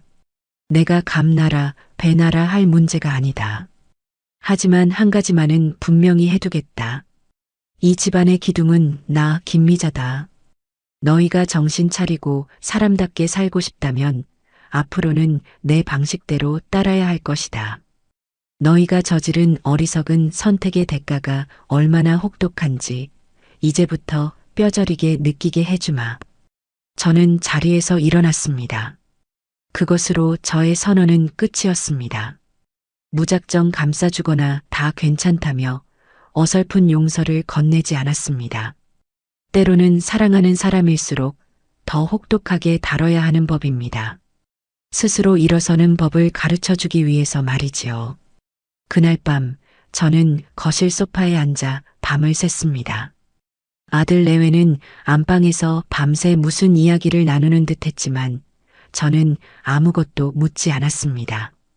다음 날 아침 동이 틀 무렵 안방 문이 열리고 두 사람이 나왔습니다. 두 사람의 눈은 퉁퉁 부어 있었지만 표정은 어제와 달리 무언가 결심을 굳힌 듯 보였습니다. 수아가 먼저 제 앞에 와서 말했습니다. 어머니, 저희 이혼하지 않기로 했습니다. 대신 저희가 저지른 잘못, 저희 힘으로 책임지겠습니다. 어머니께서 저희에게 길을 알려주세요. 저희가 어떻게 해야 할지 가르쳐 주세요. 뭐든지 다 하겠습니다. 명수도 수아의 옆에 서서 고개를 끄덕였습니다. 저는 두 아이의 얼굴을 한참 동안 말없이 바라봤습니다. 그 눈빛에서 저는 희망의 작은 불씨를 보았습니다. 절망의 잿더미 속에서 피어나는 아주 작고 연약하지만 꺼지지 않으려는 삶의 의지. 저는 자리에서 일어나 앞치마를 둘렀습니다. 그럼 아침밥부터 먹고 시작하자. 밥은 먹고 살아야지. 그리고 수아, 너는 오늘부터 나를 따라 시장에 나와야 할 거다.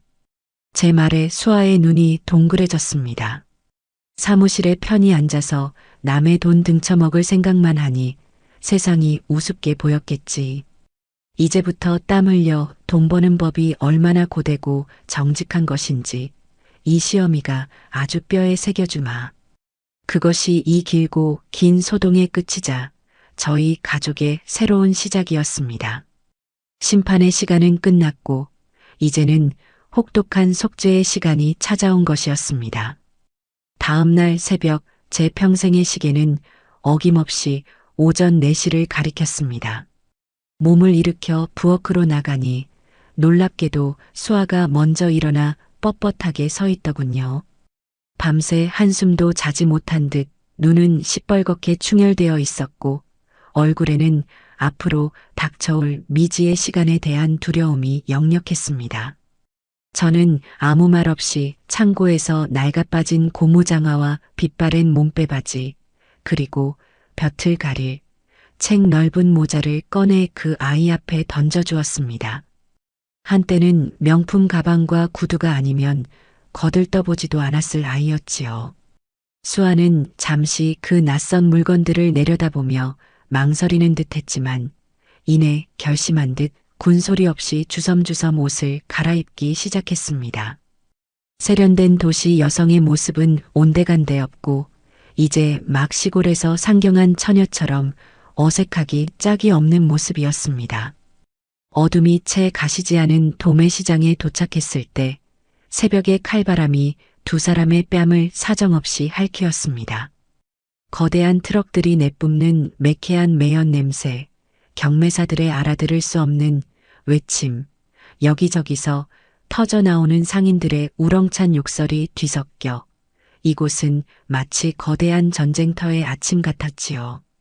수아는 생전 처음 마주하는 거칠고 야성적인 풍경에 완전히 압도당한 듯 제 등 뒤에 숨어 겁먹은 눈으로 주변만 두리번거리고 있었습니다.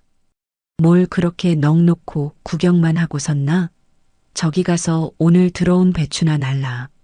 저는 1톤 트럭에 산더미처럼 쌓여있는 배추망을 손가락으로 가리켰습니다.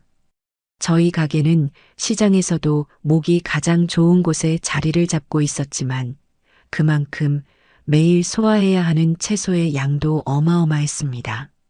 수아는 제 불호령에 화들짝 놀라며 허둥지둥 트럭으로 달려가 배추 망태기 하나를 들어 올리려 애썼습니다.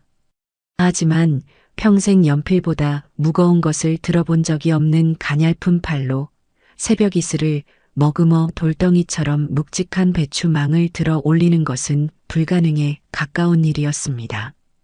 낑낑거리며 용을 쓰던 수아는 결국 중심을 잃고 질퍽한 바닥으로 엉덩방아를 찍고 말았어요. 그 모습을 본 주변 상인들이 기다렸다는 듯이 와하 웃음을 터뜨렸습니다. 아이고, 저기 저 색시 좀 보소. 사모님, 어디서 저렇게 곱디고 온 아가씨를 데려왔어? 저래가지고 오늘 안에 물건 다 들여놓기는 하겄어? 수아의 얼굴이 창피함으로 홍당무처럼 새빨갛게 달아올랐습니다. 눈에는 금방이라도 터져나올 듯한 눈물이 그렁그렁 고였지요. 저는 그 아이에게 다가가 윽박지르거나 위로하지 않았습니다. 대신 제가 먼저 익숙하게 배추망 2개를 번쩍 들어 양 어깨에 하나씩 둘러매고는 성큼성큼 가게로 옮겼습니다. 그리고 돌아와 멍하니 서 있는 수아를 보며 말했지요.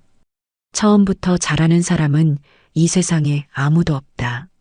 하지만 안 하려고 버티는 놈은 평생 아무것도 못하는 법이야. 망태기가 무거우면 그 안에 든 배추를 2포기씩이라도 품에 안고 날라. 방법이 없는 게 아니라 네가 아직 방법을 못 찾았을 뿐이다.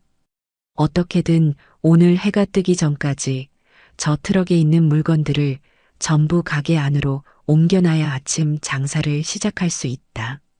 제 말은 위로가 아닌 현실이었습니다. 수아는 입술을 피가 나도록 꽉 깨물더니 자리에서 벌떡 일어났습니다. 그리고는 제 말대로 망태기에서 배추를 한 포기씩 꺼내 품에 안고 나르기 시작했어요.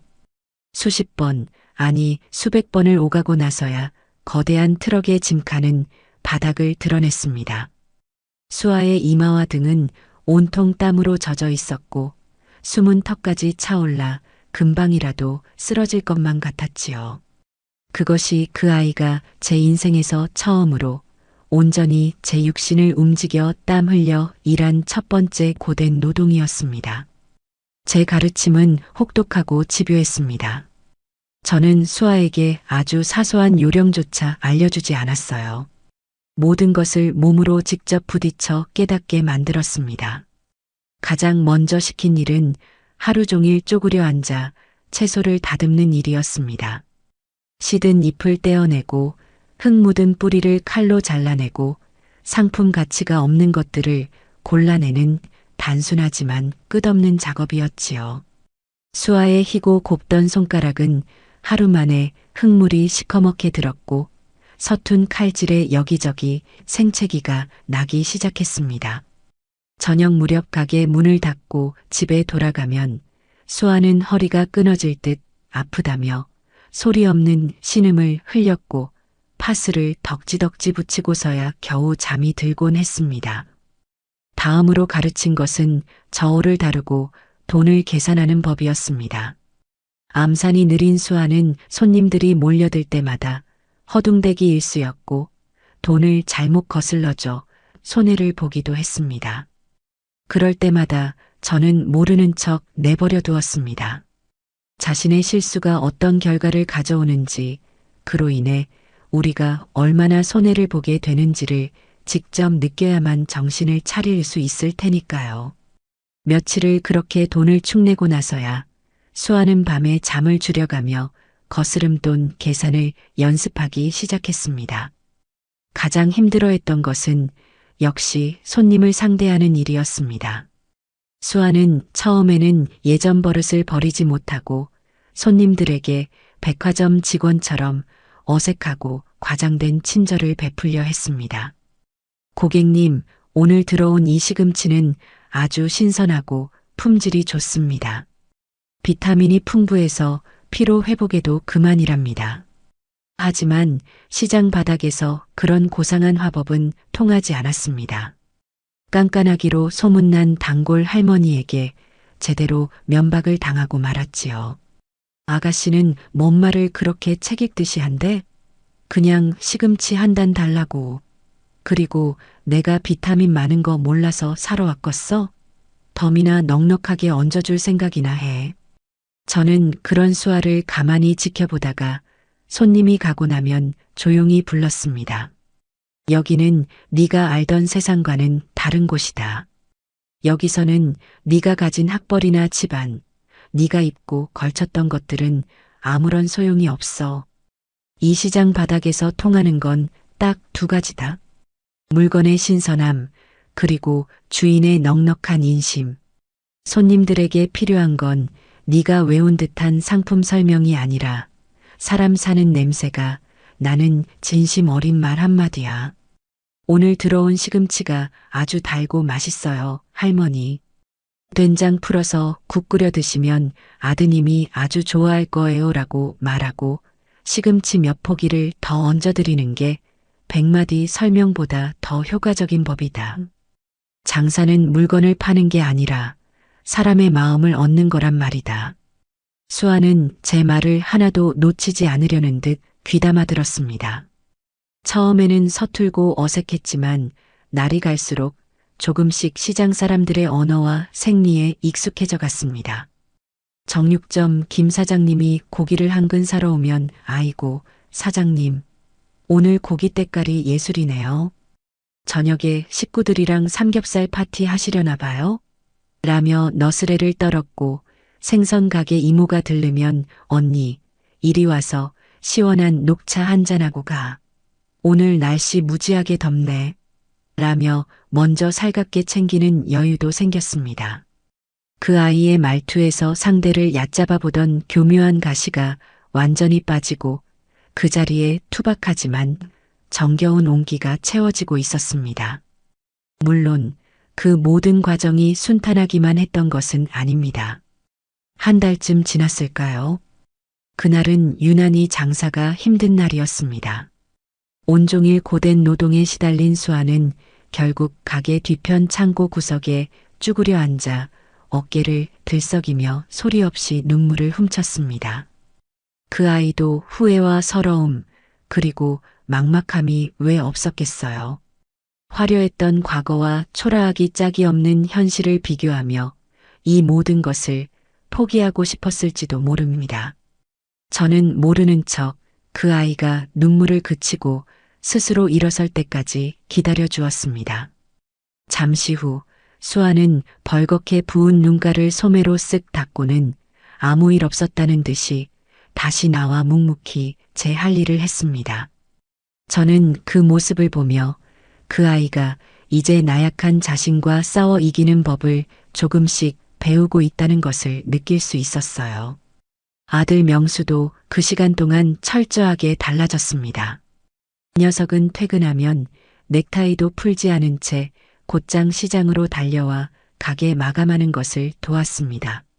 수아가 하루 종일 쪼그려 앉아 다듬었던 채소 찌꺼기들을 치우고 악취가 나는 음식물 쓰레기통을 비우고 무거운 좌판을 함께 나르고 바닥에 물을 뿌려 청소하는 것은 온전히 명수의 몫이었습니다. 주말에는 새벽부터 일어나 배달 아르바이트까지 하며 단돈 10,000원이라도 더 벌기 위해 애썼지요. 집에 돌아가면 피곤에 지쳐 쓰러져 잠든 아내의 퉁퉁 부은 다리를 주물러주고 상처난 손에 정성껏 약을 발라주었습니다. 맹목적인 사랑에 눈이 멀어 아내의 허물조차 제대로 보지 못했던 과거의 어리석은 남편이 아니었어요. 이제는 아내의 고통과 삶의 무게를 함께 나누고 온전히 책임지려 하는 진짜 가장으로 거듭나고 있었습니다. 2달이 훌쩍 지난 어느 날 수아는 처음으로 월급이라는 것을 받게 되었습니다. 저는 다른 직원들과 똑같이 그 아이가 일한 날짜를 정확하게 계산해서 일당을 쳐주었지요. 낡고 누런 봉투에 현금을 담아 수아에게 건네자 그 아이는 마치 아주 귀한 물건이라도 되는 양 떨리는 손으로 봉투를 받아들었습니다. 그리고는 그 안에 든 꼬깃꼬깃한 지폐들을 한참 동안 말없이 내려다보더군요. 그 아이의 눈에 그렁그렁 눈물이 고였습니다. 100만 원이 조금 넘는 어찌 보면 하찮은 액수였지만 그 돈은 수아가 제 인생에서 처음으로 정직한 땀을 흘려본 돈이었습니다. 그 돈의 진짜 가치와 무게를 이제야 비로소 뼈저리게 깨닫게 된 것이겠지요. 수아는 그 돈 봉투를 제게 다시 내밀었습니다. 어머니, 이걸로는 제가 진 빚을 갚기에 턱없이 부족해요. 이걸로라도 빚 갚는데 보태주세요. 저는 그 봉투를 받지 않고 단호하게 수아의 손을 밀어냈습니다. 아니다. 이건 네가 피땀 흘려 번 네 인생의 첫 월급이다. 그러니 이 돈만큼은 너를 위해 써라. 사고 싶었던 옷을 사도 좋고 먹고 싶었던 음식을 사 먹어도 좋다. 그리고 빚은 앞으로 너희 2사람이 함께 벌어서 갚아나가면 된다. 천리 길도 한 걸음부터라고 했다. 조급해하지 마라. 정직하게 한 걸음씩 걷다 보면 언젠가는 반드시 끝이 보일 게다. 제 말에 수아는 결국 참았던 눈물을 터뜨리고 말았습니다. 그 눈물은 지난날의 후회나 서러움의 눈물이 아니었습니다. 고된 노동의 신성한 대가를 통해 새로운 삶의 의미와 희망을 발견한 자의 뜨겁고 맑은 감격의 눈물이었습니다. 그날 밤 저희 3사람은 오랜만에 집에서 함께 저녁을 먹었습니다. 수아는 자신의 첫 월급으로 사온 돼지고기를 듬뿍 넣어 김치찌개를 끓였습니다. 그리고 저희는 그 김치찌개 한 그릇을 앞에 놓고 그 어떤 값비싼 만찬보다 더 풍성하고 따뜻한 저녁 식사를 나누었습니다. 시간은 흐르는 물과 같아서 막으려 해도 막을 수 없고 잡으려 해도 잡히지 않는 법이지요. 혹독했던 여름이 찜통 같은 더위를 남기고 물러가자 시장의 좌판 위에는 풍성한 가을이 내려앉았습니다. 그리고 그 가을이 매서운 겨울바람에 자리를 내어줄 때까지 저희 가족에게는 참으로 많은 변화가 있었습니다. 가장 놀라운 변화는 역시 며느리 수아였습니다. 이제 수아는 제가 알던 과거의 그 철없고 교만했던 아이가 아니었어요. 처음 시장에 나왔을 때 어쩔 수 없이 억지로 입었던 몸빼바지와 고무장화는 이제 그 아이에게 세상에서 가장 편안하고 익숙한 작업복이 되었습니다. 배곡처럼 희고 가늘기만 하던 손가락은 사계절 내내 흙과 물을 만진 탓에 굳은 살이 깊게 박이고 마디마디가 굵어져 영락없는 시장 상인의 투박한 손이 되었지요. 하지만 저는 알고 있었습니다. 그 어떤 화려한 보석 반지보다 거칠어진 그 아이의 손이 수천 배는 더 아름답고 귀하다는 것을요. 수아는 이제 척 보기만 해도 어떤 배추가 속이 꽉 찼는지, 어떤 무가 더 단단하고 맛있는지를 저보다 더 잘 골라냈습니다. 손님들과 스스럼 없이 거친 농담을 주고받으며 단골을 만드는 수완도 제법 늘었지요. 교묘하게 가시를 세우고 상대를 깎아내리던 예전의 말투는 흔적도 없이 사라지고 그 자리에는 괄괄하지만 사람 냄새나는 시장의 언어가 완벽하게 자리 잡았습니다. 한 번은 이런 일도 있었습니다. 아주 깐깐하고 세련되게 차려입은 중년 여인이 저희 가게에 와서 알타리무 한 단을 사갔는데 다음 날 아침 가게 문을 열자마자 씩씩거리며 찾아와 환불을 요구했습니다. 집에 가서 김치를 담갔더니 무가 너무 짜고 맛이 없다는 것이었지요. 무가 짜다는 것은 생전 처음 들어보는 불평이었습니다. 딱 보니 일부러 트집을 잡아 돈을 돌려받으려는 속셈이 뻔했지요. 예전 같았으면 제가 나서서 그 여인의 코를 납작하게 만들어 주었겠지만 그날은 제가 나서기 전에 수아가 먼저 앞으로 나섰습니다. 손님, 어제 사가신 알타리무가 이거 맞아요? 저희 가게 무는 해남 땅끝마을에서 계약 재배로 가져오는 거라 달고 맛있기로 이 시장에서 소문이 자자한데요. 혹시 소금에 너무 오래 절이신 건 아니고요? 뭐야, 지금 내가 김치 담글 줄도 모르는 사람이라는 거야? 젊은 애가 말하는 싸가지 좀 봐. 당장 주인 나오라 그래. 여인이 버럭 소리를 지르며 목소리를 높이자 수아는 조금도 물러서지 않고 차분하게 대꾸했습니다. 제가 이 가게 주인입니다. 그리고 손님 말씀 함부로 하지 마세요. 여기 시장 사람들 지금 다 손님 쳐다보고 있습니다. 멀쩡한 물건 사가서 일부러 흠집 내고 환불해달라고 생떼 쓰는 거, 그거 아주 나쁜 버릇이에요. 다른 가게 가서도 그러셨다면서요. 정 억울하시면 그 김치 들고 구청 위생과에 가서 성분 검사라도 받아보시지요. 그때 가서 누가 옳은지 가려보면 될 일 아닙니까? 수아의 당차고 논리적인 태도에 여인은 오히려 기가 질려 얼굴이 벌개졌습니다. 꿀먹은 벙어리가 되어 아무 말도 못하고 있자 주변에서 구경하던 상인들이 하나둘씩 수아의 편을 들어주기 시작했습니다. 맞아. 저 집 채소 싱싱하고 맛있기로 유명한데 어디 와서 행패야. 아주머니 지난번에는 옆집 과일 가게 가서 썩은 과일 줬다고 난리치더니 또 시작이네 또. 결국 사방에서 쏟아지는 비난을 견디지 못한 여인은 두고 봐. 라는 상투적인 말을 남기고는 주랭랑을 치고 말았습니다.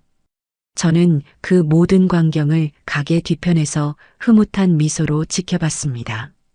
이제 제 도움이 없어도 수아는 스스로의 힘으로 자신을 지키고 제 가게의 명예를 지킬 만큼 강하고 지혜로워져 있었습니다. 그날 저녁 저는 묵묵히 가게를 정리하는 수아의 등 뒤에 다가가 따뜻한 쌍화차 한 잔을 건넸습니다. 고생했다, 우리 며느리. 오늘 아주 똑 부러지게 잘했다는 제 칭찬에 수아는 그저 어머니한테 배운 대로 한 것뿐인 거려라며 멋쩍게 웃어 보일 뿐이었지요. 아들 명수 역시 그 시간 동안 꾸준히 그리고 묵묵히 성장하고 있었습니다. 녀석은 회사 일이 끝나면 시장으로 달려와 가게 일을 돕는 것을 하루도 거르지 않았습니다. 주말에 짬짬이 하던 배달 아르바이트도 계속했지요. 두 사람은 그렇게 매달 들어오는 월급과 아르바이트비를 한 푼도 허투루 쓰지 않고 빚을 갚아나갔습니다.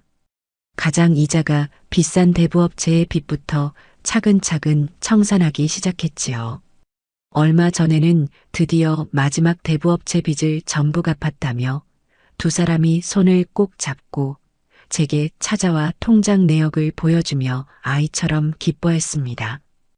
그들의 얼굴에는 고된 삶의 피곤한 기색이 역력했지만 그 누구보다 행복하고 단단해 보였습니다. 빚을 갚아나가는 고통스러운 과정 속에서 두 사람은 서로를 원망하고 탓하는 대신 서로의 가장 든든한 버팀목이 되어주는 법을 배웠고 진정한 의미의 동반자이자 부부가 되어가고 있었습니다. 그러던 어느 일요일 저녁이었습니다. 그날은 모처럼 시장 전체가 문을 닫는 정기 휴일이라 저도 집에서 하루 종일 밀린 잠을 자며 모처럼의 여유를 즐기고 있었지요. 저녁 무렵 현관문 초인종이 울렸고 문을 열어보니 아들 내외가 환한 얼굴로 서 있었습니다. 수아의 양손에는 직접 장을 봐 온 싱싱한 식재료들이 가득 들려 있었습니다. 어머니, 오늘 저녁은 제가 근사하게 차려드릴게요. 어머니는 소파에 앉아서 텔레비전이나 보면서 푹 쉬고 계세요. 수아는 이제 저희 집 부엌이 제 부엌인 양 익숙하게 들어가 앞치마를 두르고 음식을 만들기 시작했습니다.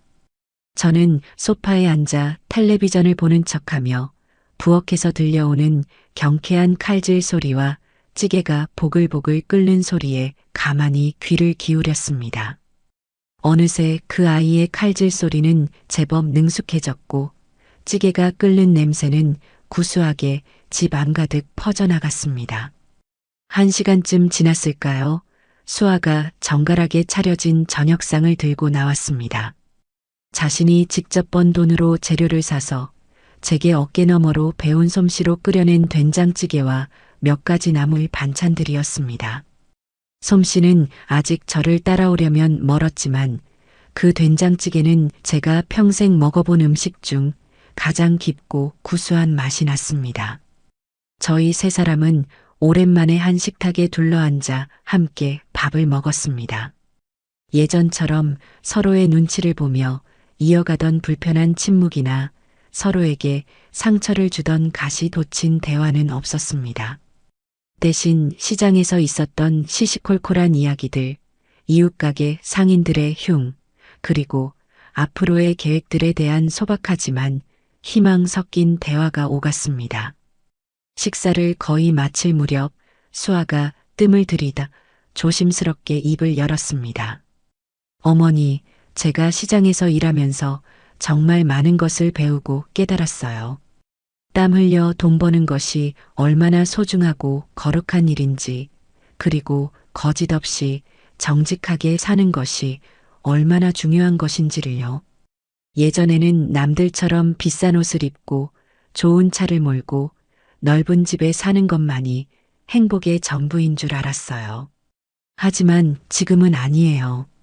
수아는 식탁 너머로 손을 뻗어 제 손을 가만히 잡으며 말했습니다. 그 아이의 손은 굳은 살이 단단히 박여 거칠었지만 그 어떤 손보다 따뜻하고 정직했습니다. 지금은 고된 하루 일을 마치고 명수 씨랑 나란히 집으로 돌아가는 그 시간이, 그리고 주말마다 어머니랑 시장에서 함께 일하는 이 시간이 제게는 가장 큰 행복이에요. 저같이 어리석었던 사람을 포기하지 않아주셔서 길을 잃고 헤매던 저를 다시 사람답게 살 수 있도록 이끌어주셔서 정말 감사해요, 어머니. 그 진심 어린 고백에 저는 아무 대답도 하지 못하고 그저 수아의 손을 더 힘주어 마주 잡아줄 뿐이었습니다. 마음 한구석에서 뜨거운 무언가가 울컥 차오르는 것을 느꼈지요. 식사를 마치고 설거지까지 깨끗하게 마친 수아는 돌아가기 전 제게 낡은 통장 하나를 내밀었습니다. 그동안 가게에서 일하며 받은 월급을 한 푼도 쓰지 않고 꼬박꼬박 모은 통장이었습니다. 어머니, 이건 저희가 갚아야 할 돈의 일부예요. 비록 큰 돈은 아니지만 저희의 마음이니 꼭 받아주세요. 저는 그 통장을 받지 않고 단호하게 수아의 손으로 다시 밀어 넣었습니다. 됐다. 그 돈은 이제 너희들 돈이다. 그동안 정말 고생 많았다. 이제부터는 그 돈을 종잣돈 삼아 너희들 미래를 위해 계획을 세워봐라. 시장 한편에 작은 가게라도 하나 얻어서 너희들만의 장사를 한번 시작해보는 것도 좋을 게다. 이제 너는 그럴 자격이 충분하고도 남는다. 제 말에 수아와 명수의 눈이 믿을 수 없다는 듯이 동그래졌습니다. 그것이 제가 그 아이에게 제 방식대로 건네는 완전한 용서이자 두 아이의 새로운 시작을 진심으로 응원하는 축복이었습니다. 두 사람은 돌아가는 길에 현관문 앞에서 한참 동안 저를 향해 아주 깊이 허리를 숙였습니다. 그 모습 위로 따뜻한 거실의 불빛이 쏟아져 내리고 있었습니다. 저희 가족은 그렇게 길고 어두웠던 터널을 마침내 빠져나와 다시 따뜻한 빛 속에서 하나가 되고 있었습니다. 그 후로 또 한 해의 세월이 무심하게 흘러갔습니다. 저희 가족에게 길게 드리워져 있던 그늘은 이제 흔적도 없이 완전히 걷혔고 그 자리에는 소란스럽지만 평온하고 가난하지만 소박한 행복이 따뜻하게 자리 잡았지요. 저희를 나락으로 빠뜨릴 뻔했던 실버골드 인베스트먼트 금융 사기 사건은 저희의 신고를 기점으로 대대적인 경찰 수사가 이루어져 언론에 크게 보도되었습니다. 주범이었던 박 본부장을 비롯한 사기꾼 일당은 모두 재판에 넘겨져 각자 저지른 죄의 무게에 걸맞은 무거운 징역형을 선고받았다는 소식이 신문 사회면에 작은 기사로 실렸습니다. 피해자들이 힘을 합쳐 민사소송을 진행한 덕분에 피해 금액의 일부라도 돌려받게 되었다는 소식도 들려왔지만 저희는 애초에 그 돈을 기대하지도 바라지도 않았습니다. 이미 저희는 잃어버린 돈과는 비교할 수도 없이 소중한 것들을 얻었으니까요. 제 이야기는 어느새 시장 바닥에 전설이 되어 저는 사기꾼 잡는 여장부라는 다소 거창한 별명으로 불리게 되었습니다. 시장 동료들은 저만 보면 마치 큰 영웅이라도 만난 것처럼 치켜세우며 그날의 무용담을 다시 한번 이야기해달라고 졸라댔지요. 누님, 그때 정말 영화의 한 장면 같았습니다. 누님이 딱 버티고 서서 호통을 치시는데 어찌나 멋있던지 그놈들 혼쭐 나는 거 보고 제 속이 다 시원했다니까요. 정육점 김 사장은 아직도 그날의 흥분이 가시지 않은 듯 고기를 썰다가도 저만 보면 엄지손가락을 척 치켜세웠습니다. 욕쟁이 할매 이모는 한술 더 떴지요. 야, 김미자. 듣자 하니 네가 무슨 용감한 시민상인가 뭔가도 받았다며? 아주 출세했네, 출세했어. 우리가 아예 시장 의적단이라도 하나 차릴까? 내가 행동대장 맡을 테니 너는 두목해라. 이 나라 좀도둑들은 우리가 다 쓸어버리는 거야. 저는 그저 나이 들어서 주책들이다라며 손사래를 치고 껄껄 웃을 뿐이었지만 위기의 순간에 제 일처럼 발벗고 나서준 든든한 이웃들이 있다는 사실에 마음 한구석이 늘 훈훈하고 따뜻했습니다. 그러던 어느 날 뜻밖의 손님이 제 가게로 찾아왔습니다. 바로 지난번 사기 사건을 담당했던 그 젊은 형사였습니다. 저는 또 무슨 일이 생겼나 싶어 가슴이 덜컥 내려앉았지요. 하지만 형사는 인자한 미소를 지으며 제게 작은 봉투 하나를 내밀었습니다. 조심스럽게 열어보니 용감한 시민상이라는 큼지막한 글씨와 함께 제 이름 석자가 뚜렷하게 적힌 표창장이었습니다. 김미자 어머님, 어머님께서 보여주신 용기 덕분에 저희가 사회의 독버섯 같은 대규모 금융사기 조직을 일망타진할 수 있었습니다. 다른 피해자분들도 어머님 덕분에 두려움을 이겨내고 수사에 적극적으로 협조해 주셨고요. 그래서 저희 서장님께서 어머님께 꼭 직접 감사를 표하고 싶다고 하셨습니다. 저는 어색하고 쑥스러워 손사래를 쳤습니다. 아이고, 내가 뭘 했다고 이런 귀한 걸 다 주십니까? 당연히 해야 할 일을 한 것뿐인데 뭘요? 아닙니다, 어머님. 그리고 저희가 어머님께 염치 없지만 부탁드릴 것이 하나 더 있습니다. 형사는 조심스럽게 말을 이었습니다. 최근 저희 지역에 저와 같은 노인들을 상대로 한 보이스피싱이나 금융사기가 다시 기승을 부리고 있는데 경찰에서 아무리 예방 교육을 해도 어르신들이 잘 믿으려 하지 않는다는 것이었습니다. 그래서 실제 경험이 있는 제가 직접 나서서 노인정에 찾아가 어르신들에게 사기 예방법에 대해 강연을 좀 해줄 수 있겠냐는 부탁이었지요.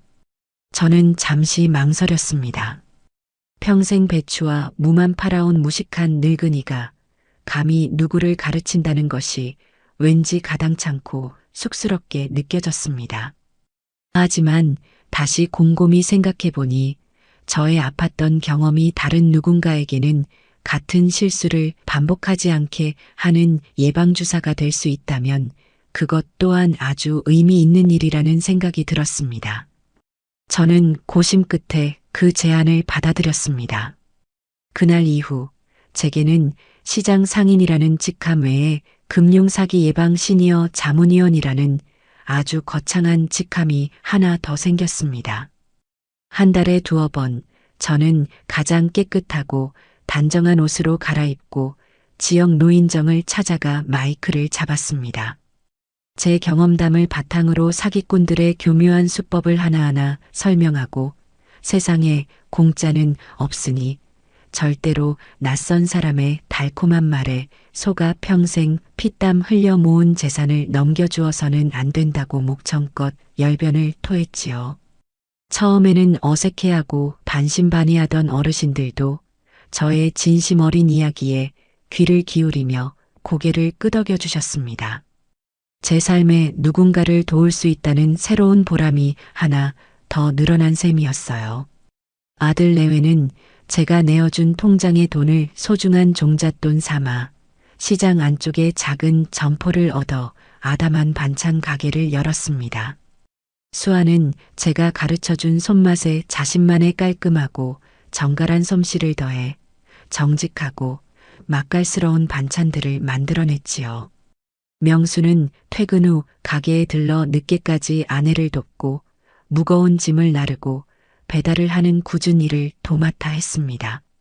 아직 은행에 갚아야 할 빚이 조금 남아 있었지만 두 사람은 더 이상 돈에 쪼들리거나 보이지 않는 미래를 불안해하지 않았습니다. 정직하게 땀 흘려 제 힘으로 가게를 꾸려나가고 하루하루를 성실하게 살아가는 기쁨과 보람을 알게 되었기 때문이지요. 이제 두 사람은 주말마다 제 가게에 들러 일손을 돕고 저녁이면 다 함께 모여 소박한 밥상을 나누는 것이 저희 가족의 당연하고도 소중한 일상이 되었습니다. 어느덧 또 한 해가 저물어가는 쌀쌀한 겨울의 문턱이었습니다. 저는 그날도 어김없이 좌판에 앉아 목도리를 단단히 여미고 손님을 맡고 있었지요. 쌩쌩 부는 찬바람에 손끝이 시려 입김을 불고 있는데 저 멀리서 아들 내외가 밝은 얼굴로 제게 걸어오고 있었습니다. 수아의 손에는 김이 모락모락 나는 따끈한 찐빵이, 명수의 손에는 제가 좋아하는 뜨거운 믹스커피가 들려 있었어요. 어머니, 날도 추운데 고생 많으세요. 이거 드시면서 하세요. 수아는 제 손에 찐빵을 쥐어주고는 너무나도 자연스럽게 제 옆에 쪼그려 앉아 시든 배춧잎을 다듬기 시작했습니다. 명수는 제 어깨를 주물러주며 엄마 오늘 장사 잘 돼? 이따 마감할 때쯤 다시 올게라며 말을 건넸지요. 그렇게 나란히 앉아있는 저희 세 사람의 모습을 지나가던 시장 사람들이 흐뭇한 미소로 바라보며 지나갔습니다. 저는 따뜻한 커피를 한 모금 깊게 마시며 제 앞에 펼쳐진 이 소중한 풍경을 가만히 눈에 담았습니다. 지난 몇 년간 참으로 길고 험난한 시간을 건너왔습니다. 서로를 향한 분노와 원망으로 서로의 가슴을 핥히던 시간도 있었고 캄캄한 절망의 끝에서 모든 것을 놓고 싶었던 순간도 있었지요. 하지만 저희는 그 모든 풍파를 함께 이겨냈습니다. 그리고 마침내 그 어떤 것은 비바람에도 흔들리지 않을 단단한 뿌리를 내린 진짜 가족이라는 이름의 나무가 되었습니다. 사람들이 저를 어떻게 부르든 이제는 아무 상관이 없습니다. 억척스럽고 무식한 시장 할머니라고 부르든 사기꾼 잡는 여장부라고 부르든 저는 그저 제 가족을 지키고 제게 주어진 인생을 책임지며 오늘 하루를 성실하게 살아가는 김미자일 뿐이니까요. 제 나이 이제 75, 제 인생은 여전히 분주하게 현재 진행형입니다. 그리고 저는 제법 괜찮았던 이 인생이 아주 마음에 듭니다.